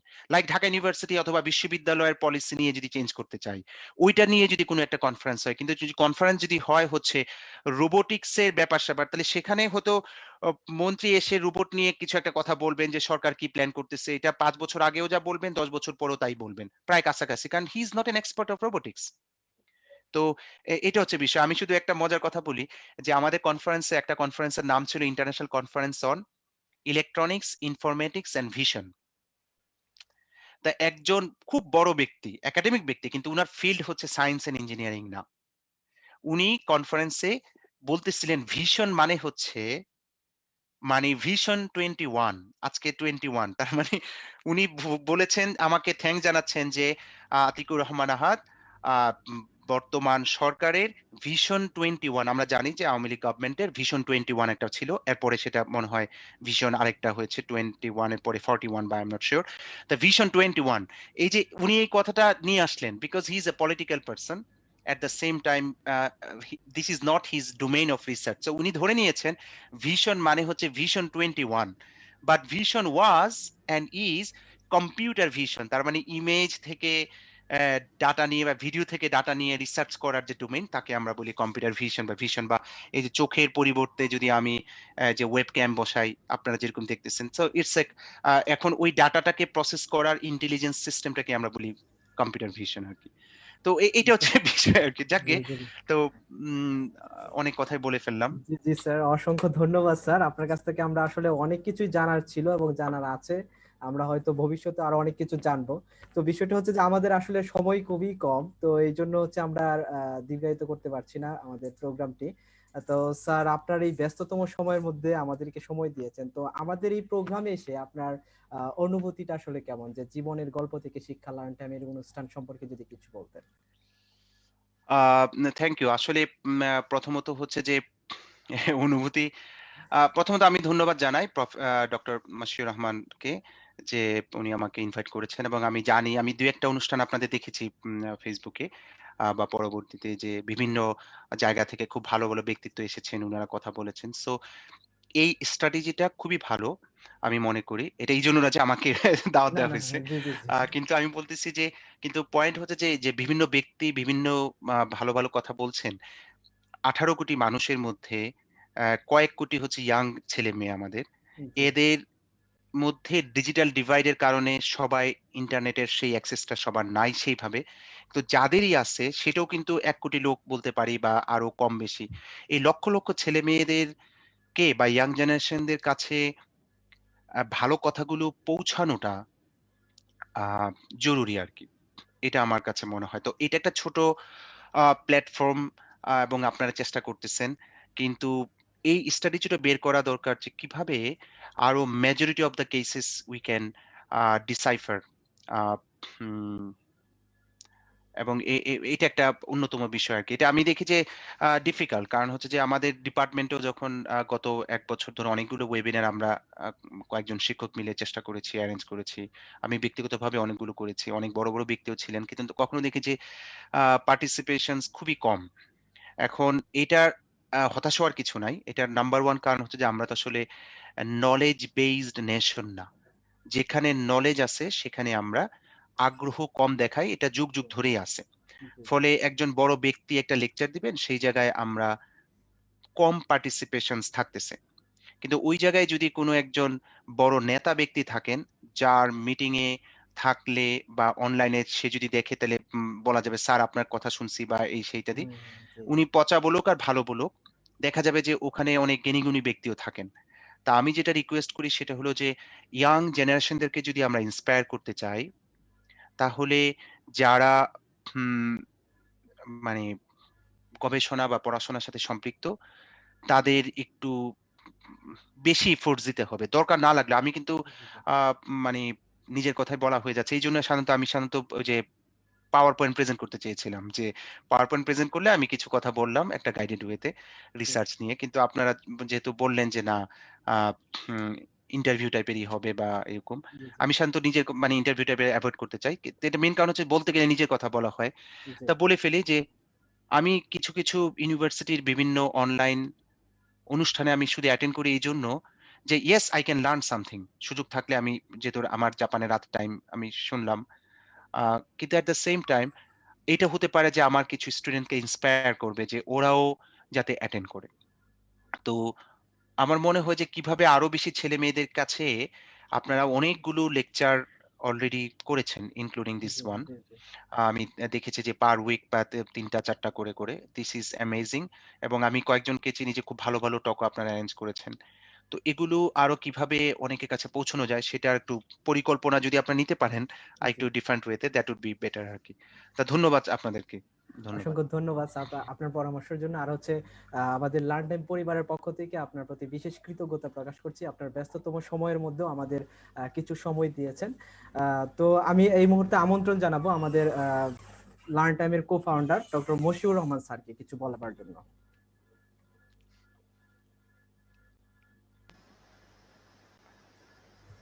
আচ্ছা, ধন্যবাদ। বেশ সুন্দরই হচ্ছে। আম আর আমি আসলে ওই লার্ন টাইমের আমরা যে ইভেন্টটা করছি এটার ব্যাপারে একটু ব্যাকগ্রাউন্ডে বলি। যে আসলে আমার কাছে যেটা মনে হয়েছে যে ইয়াং জেনারেশনের কাছে ইয়াং জেনারেশনের ল্যাঙ্গুয়েজে যেতে হয়। এখন যেহেতু স্ট্রিমিং, তারপর ফেসবুক, ইউটিউব যেহেতু পপুলার, এবং হুম, তাদের কাছে যেতে হলে তাদের তাদের মতন করে তাদের উপযোগী করে যেতে হবে। যে কারণে আমি বা আমরা আরকি, আমরা শব্দটা ব্যবহার করি। আমরা চেষ্টা করছি যে ইয়াং গ্রুপদেরকে নিয়ে আরকি, যেন তারা এই মেসেজগুলো বেশি করে ইয়াংদের কাছে পৌঁছাতে পারে, এবং ইয়াংদের পার্টিসিপেশনের মাধ্যমে আমরা কিন্তু এগিয়ে যেতে পারবো আরকি। তো যে কারণে আ আ যেটা আমরা বলি আরকি যে, যেরকম অডিয়েন্স থাকে সেভাবেই বলতে হয় আরকি। যেমন নোয়াখালীর লোকের কাছে যখন আমরা মেসেজ দিব নোয়াখালী ল্যাঙ্গুয়েজে বলব। তো তেমনি ইয়াং জেনারেশন যেটা, ইয়াং জেনারেশনকে একটু সুন্দরভাবে তারা বুঝবে এমনভাবে। তো যে কারণে ওই এক্সপার্ট পিপলদেরকে আমরা নিয়ে আসছি এই প্ল্যাটফর্মে। কিন্তু সেই সাথে আমরা চেষ্টা করছি সেই গ্যাপটাকে পূরণ করতে, যেন তারা করতে পারে, ধরতে পারে, বুঝতে পারে সহজে আরকি। জটিল আ আ যেটা আমরা বলি আরকি, মানে আ মানে খুব শব্দ যেগুলোকে প্রফেশনাল যে ওয়ার্ডগুলো সেগুলোকে বাদ দিয়ে আমরা মোর ইজি ওয়ে টু আন্ডারস্ট্যান্ড। তো ধন্যবাদ আজকে আতিককে ধন্যবাদ। থ্যাংক ইউ ডক্টর আতিক আসার জন্য আর কি আমাদের না, কাছে। Thank you. আমি অবাক হচ্ছি যে ১.৫ ঘন্টা হয়ে গেছে। আমি তো চিন্তারই বাইরে। ১.৫ ঘন্টা ধরে আমি বকবক করতেছি। which is আচ্ছা, too অসংখ্য much. অসংখ্য ধন্যবাদ ডক্টর ঠিক আছে। ভালো মশিউর থাকবেন। রহমান স্যারকে। এই মুহূর্তে আমি আমন্ত্রণ জানাবো আমাদের হচ্ছে ডিজিটিআর কো-ফাউন্ডার সিরাজুল হক স্যারকে কিছু বলবার জন্য আজকে অনুষ্ঠান সম্পর্কে। স্যার আসসালামু আলাইকুম। ওয়ালাইকুম আসসালাম। স্যার আপনার আলোচনা শুনছিলাম স্যার, মানে আমারও একটা প্রশ্নই করিনি প্রথমে, প্রশ্ন দিয়ে শুরু করি যে আমাদের যে চতুর্থ শিল্প বিপ্লব, আমাদের প্রস্তুতিটা আসলে কেমন লাগবে? আমরা তো গবেষণায় পিছিয়ে আছি, এটা সত্য ঘটনা, যেটা আপনি বললেন আপনার আলোচনার মাধ্যমে আরো ক্লিয়ার হয়ে গেল। আমি মানে এই জায়গায় আমার যেটা মনে হয় যে আমাদের দেশের আর বাইরের দেশের যে তুলনা, আমাদের দেশের একটা ইউনিভার্সিটি স্টুডেন্ট তার সকাল যদি দেখি কিভাবে হচ্ছে, সকাল হচ্ছে ইউনিভার্সিটি ঘুম থেকে উঠছে, যে পরিবেশ যেখানে পিসি রাখার জায়গা নাই, গবেষণার জায়গা মানে মানে ভালো একটা পরিবেশ নাই, হলে যায় খাচ্ছে লবণ দিয়ে প্লেট ধোয়া, এটা মনে হয় যে বাংলাদেশে আবিষ্কার না, অন্য দেশেও আছে নাকি জানি না, যে আমাদের দেশের স্টুডেন্টরা সেটা করে থাকে, তাদের তাদের দিনটা এরকম হচ্ছে। আর বাইরের পরিবেশটাও তো অন্যরকম, ঘুম থেকে ওঠার পরে তাদের কি লাঞ্চ হবে, কি ডিনার হবে, কি ব্রেকফাস্ট হবে, সব প্রি প্ল্যান। হয়তো ভালো পরিবেশ পাচ্ছে, কিন্তু আমরা মানে এই পরিবেশে কাজ করছি। তো এই ঠিক এইরকম মুহূর্তে মানে আমাদের চতুর্থ শিল্প বিপ্লবের জন্য আমাদের আসলে প্রস্তুতি কিভাবে হওয়া দরকার, আসলে এটা তো আর খুব বেশি সময় নাই। আমার মনে হয় যে এই কোভিডের পরবর্তীতে যে পৃথিবীটা হয়েছে, এটাই স্টেজ শুরু হয়ে গেল আমাদের। আমার কাছে মানে আমার মানে ব্যক্তিগতভাবে মনে হচ্ছে 2021টাই মনে হয় যে অনেক বড় একটা চেঞ্জ আসবে। 10 বছর 20 বছরের কথা চিন্তা করছি না, আমি চিন্তা করছি 2021, যেটা অর্ধেক শেষ করে দিচ্ছি, কিন্তু এর মধ্যে আর বাকি অর্ধেকের মধ্যে বড় একটা মানে ঘটনা ঘটবে আমার মনে হয়। তো স্যার আপনি এই ব্যাপারটা কেমন ভাবে দেখছেন? হ্যাঁ, থ্যাংক ইউ। আসলে আ উম আমরা পিছিয়ে আছি, আ এটা যেমন সত্য, আবার এট দ্য সেম টাইম আমরা কিন্তু বাংলাদেশ পার্সপেক্টিভে আগের তুলনায় গবেষণা বা ভালোতে অনেক কিছুতে এগিয়ে আছি। এটাও কিন্তু সত্য। এটা আমার একদম মানে ডেটা ভিত্তিক আ মানে আ কথা আরকি। তো এটা হলো ১ নম্বর। ফলে আমরা পিছিয়ে আছি হচ্ছে যে গ্লোবাল স্ট্যান্ডার্ড এর থেকে। আমরা আগেও পিছিয়ে ছিলাম। কিন্তু আগের তুলনায় আমরা কিছু, কিছু ক্ষেত্রে অবশ্যই এগিয়ে আছি পড়াশোনায় বা গবেষণায়। নাম্বার 2 হচ্ছে যে মানে ইন্ডাস্ট্রিয়াল রেভলিউশন বলি বা যেটাই বলি, ওগুলা তো ধরেন একদিনে হয় না। আ বিভিন্ন সেক্টরে বিভিন্ন রকমের ডাইমেনশন এ ডেভেলপ হয়। এবং কিছু ফ্যান্সি ওয়ার্ড আছে। আমরা আমাদের বড়, বড় ব্যক্তিরা অনেক সময় বলে থাকেন। যেমন জাস্ট বলতে বললে ২-৩ মিনিটের টক বললে তো খুব সহজে বলা যায় IoT, internet of things, blockchain, robotics, computer vision, machine learning, AI, এই টাইপের টার্মিনোলজি আপনি বলবেন। তা যারা মানে বুদ্ধা না, তারা বলবে, "ওয়াও! উনি এত ভালো, ভালো টার্মস গুলো জানেন।" কিন্তু ইফ ইউ ডিসকাস আ যে ফার্দার, তাহলে দেখা যাবে যে ওই সম্পর্কে জানার মতো ১৮ কোটি মানুষের মধ্যে ১৫০ টা ইউনিভার্সিটির মধ্যে খুব কম লোকই আছে যে জেনুইনলি আমরা জানি, বা আমাদের ভালো গবেষক আছেন, বা এগুলো নিয়ে খুব ভালো কাজ করতে পারছেন বা করছেন। ফলে টার্মিনোলজিস আ বলাটা এক জিনিস, আরেকটা হচ্ছে যে আপনার জেনুইনলি সেই ব্যাকবোন তৈরি করা আরেকটা জিনিস। তো আমি যেটা মনে করি সেটা হলো যে আমাদের, একজন শিক্ষক হিসেবে আমি যেটা মনে করি সেটা হলো যে আমাদের আসলে তৈরি করতে হলে নিজেদেরকে তৈরি করতে হবে। আ উম বিশ্ববিদ্যালয়গুলোতে গবেষণার জন্য সরকারকে অসম্ভব বেশি পরিমাণ মানে উৎসাহ, ফান্ডিং দিতে হবে। সারা পৃথিবীতেই গবেষণায় যে ফান্ড দেয়া হয়, তার সবটা মানে আপনি টাকা দিবেন আর দোকান থেকে মানে ৫০ কেজি চাল নিয়ে আসবে বা ময়দা নিয়ে আসবে। রিসার্চ এইভাবে হয় না। রিসার্চের আউটপুট খুব কম ক্ষেত্রেই আসে। ম্যাথমেটিক্সে যদি আমি টাকা ঢালি, সেখানে যদি কেউ রিসার্চ করে, ওই ম্যাথমেটিক্সের রিসার্চ দিয়ে কি বাংলাদেশের উন্নতি ৫ বছর ১০ বছরে হয়ে যাবে?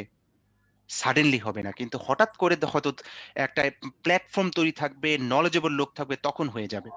আজকে ধরেন যে আমাদের করোনার কারণে ভ্যাকসিন বলি, মেডিসিন ইন্ডাস্ট্রি, এগুলো বাংলাদেশে যথেষ্ট পরিমাণ আছে, যেহেতু আমরা সারা পৃথিবীতে ওষুধ সাপ্লাই দেই। ফলে এই ডোমেইনে আমাদের ভালো গবেষক আছে, বা কিছু কিছু বড় ফার্মাসিউটিক্যাল ইন্ডাস্ট্রির ইন্টারনাল আর&ডি আছে, যেখানে কয়েক লক্ষ টাকা দিয়েও মানে এমপ্লয়িজ যারা পিএইচডি করা তারা রিসার্চ করেন। এবং আমরা দেখেছি যে ভ্যাকসিন নিয়ে একটা মানে বাংলাদেশেও চেষ্টা হয়েছে এবং চেষ্টা করতেছেন।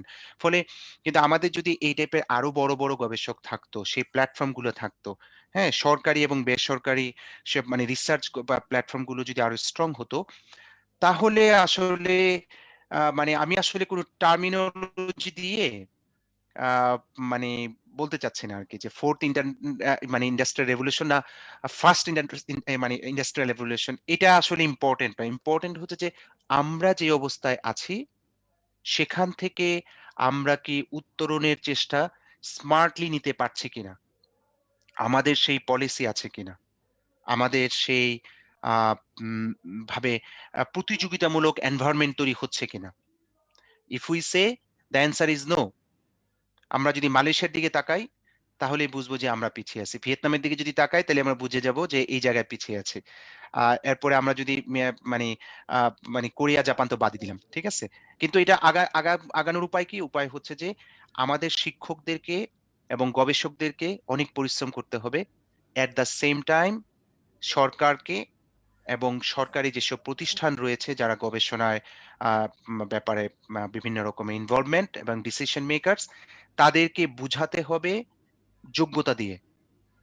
এবং যোগ্য লোক যারা যারা ভালো ভালো কাজ করেন, সহজ কথা, উনাদের সাথে যেই টেবিলে বসা হবে, শোনেন, আমি যখন মানে নেগোসিয়েশন যখন যার সাথে করব, সেই জায়গায় সেই লেভেলের লোক নিয়ে আমি নেগোসিয়েট করব। আমি রোহিঙ্গা প্রবলেম নিয়ে যদি নেগোসিয়েট করতে চাই, তাহলে সেই লেভেলের এক্সপার্ট যারা আছে তাদেরকে নিয়ে আমি কথা বলবো, নিশ্চয় আমাকে ডাকবে না জাতিকে আসো একটু কথা বলো। সিমিলারলি যদি আমরা বাংলাদেশের রিসার্চকে আগায় নিয়ে যেতে চাই, তাহলে বাংলাদেশে বিভিন্ন ইউনিভার্সিটিতে প্রাইভেট এবং পাবলিক, রিমেম্বার, যারা মুখে কথা বলছে, যেমন আমি অনেকক্ষণ ধরে বকবক করছি, টক ইজ ভেরি চিপ, আমার অনেক কথাই খুব সহজে বলা হয়ে গেছে, ভেরি চিপ, কিন্তু আমার কিন্তু সবগুলো কথার পরিষ্কার রিফ্লেকশন আমার জীবনে বা আমার কাজে প্রমাণ নাই। আমি একজন বড় গবেষক নই, আমি ভেরি অর্ডিনারি মানে পচা একজন রিসার্চার গ্লোবাল স্ট্যান্ডার্ডে। সুতরাং বাংলাদেশে এবং বাংলাদেশের বাইরে যেসব নন রেসিডেন্ট বাংলাদেশি আছেন, যারা মানে বিভিন্ন ডোমেইনে ভালো ভালো গবেষণার সাথে জড়িত এবং ভালো গবেষণা করছেন, এই টাইপের লোকদেরকে জড়ো করে তাদের কাছ থেকে বা তাদের সাথে ব্রেন স্টর্মিং করে সেই কুক ডাটা, সেই রান্না করা ডাটা নিয়ে পলিসি নিয়ে যদি আমরা আগাই তাহলে ভালো হবে। আদারওয়াইজ আমি যদি সেই টেবিলে নিয়ে যাই তাদেরকে যাদের গবেষণা নাই, যারা ওই বিষয়গুলো ভালো মতো জানে না, তাহলে কিন্তু হবে না। যেমন সহজ কথা, কম্পিউটার সায়েন্স রিলেটেড কাজ, অথবা ইভেন ইকোনমিক্স এর বড় ডাটা নিয়ে কাজ, অথবা জিআইএস ডাটা নিয়ে কাজ, বা হিউজ ম্যাথমেটিক্স এর সিমুলেশনের কাজ, যেখানে প্রচুর পরিমাণে আপনার কম্পিউটিং ফ্যাসিলিটি লাগবে, সেখানে যদি আপনি জিপিইউ অথবা হিউজ সার্ভার সিস্টেম বা সুপার কম্পিউটিং সিস্টেমের কথাগুলো যদি কেউ না বলতে পারে, এবং সেটা লেভেল কত লেভেলে হতে পারে সেটা যদি সে ব্যাখ্যা করতে না পারে, এবং সেটার জন্য কত হাজার কোটি টাকা লাগবে না কত কোটি টাকা লাগবে, তার ইনফ্রাস্ট্রাকচার কি লাগবে, কি পরিমাণ সেটআপ লাগবে, সেটা আমি আতিক যদি না জানি এবং আমাকে যদি সেই টেবিলে নিয়ে যাওয়া হয়, তাহলে তো আমার দ্বারা দেয়া পরামর্শটা পারফেক্ট হবে না। সুতরাং এটাও মাথায় রাখতে হবে যে আমাদেরকে যেরকম তৈরি হতে হবে, সিমিলারলি আমাদের প্রচুর পরিমাণে এনআরবি আছেন, নন রেসিডেন্ট বাংলাদেশিস, যারা অ্যামেজিংলি ভালো কাজ করছেন গ্লোবালি, তাদেরকে ইনভলভ করতে হবে, irrespective of any political mindset which is extremely bad in Bangladesh. সবকিছুতে খুঁজে বের করে সে কি টাইপের লোক।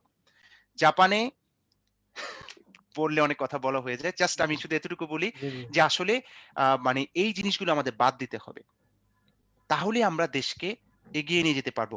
সুন্দর পরিকল্পনা বা প্ল্যান যদি না থাকে, long term plan and mid term plan, আর একটা শর্ট টার্ম।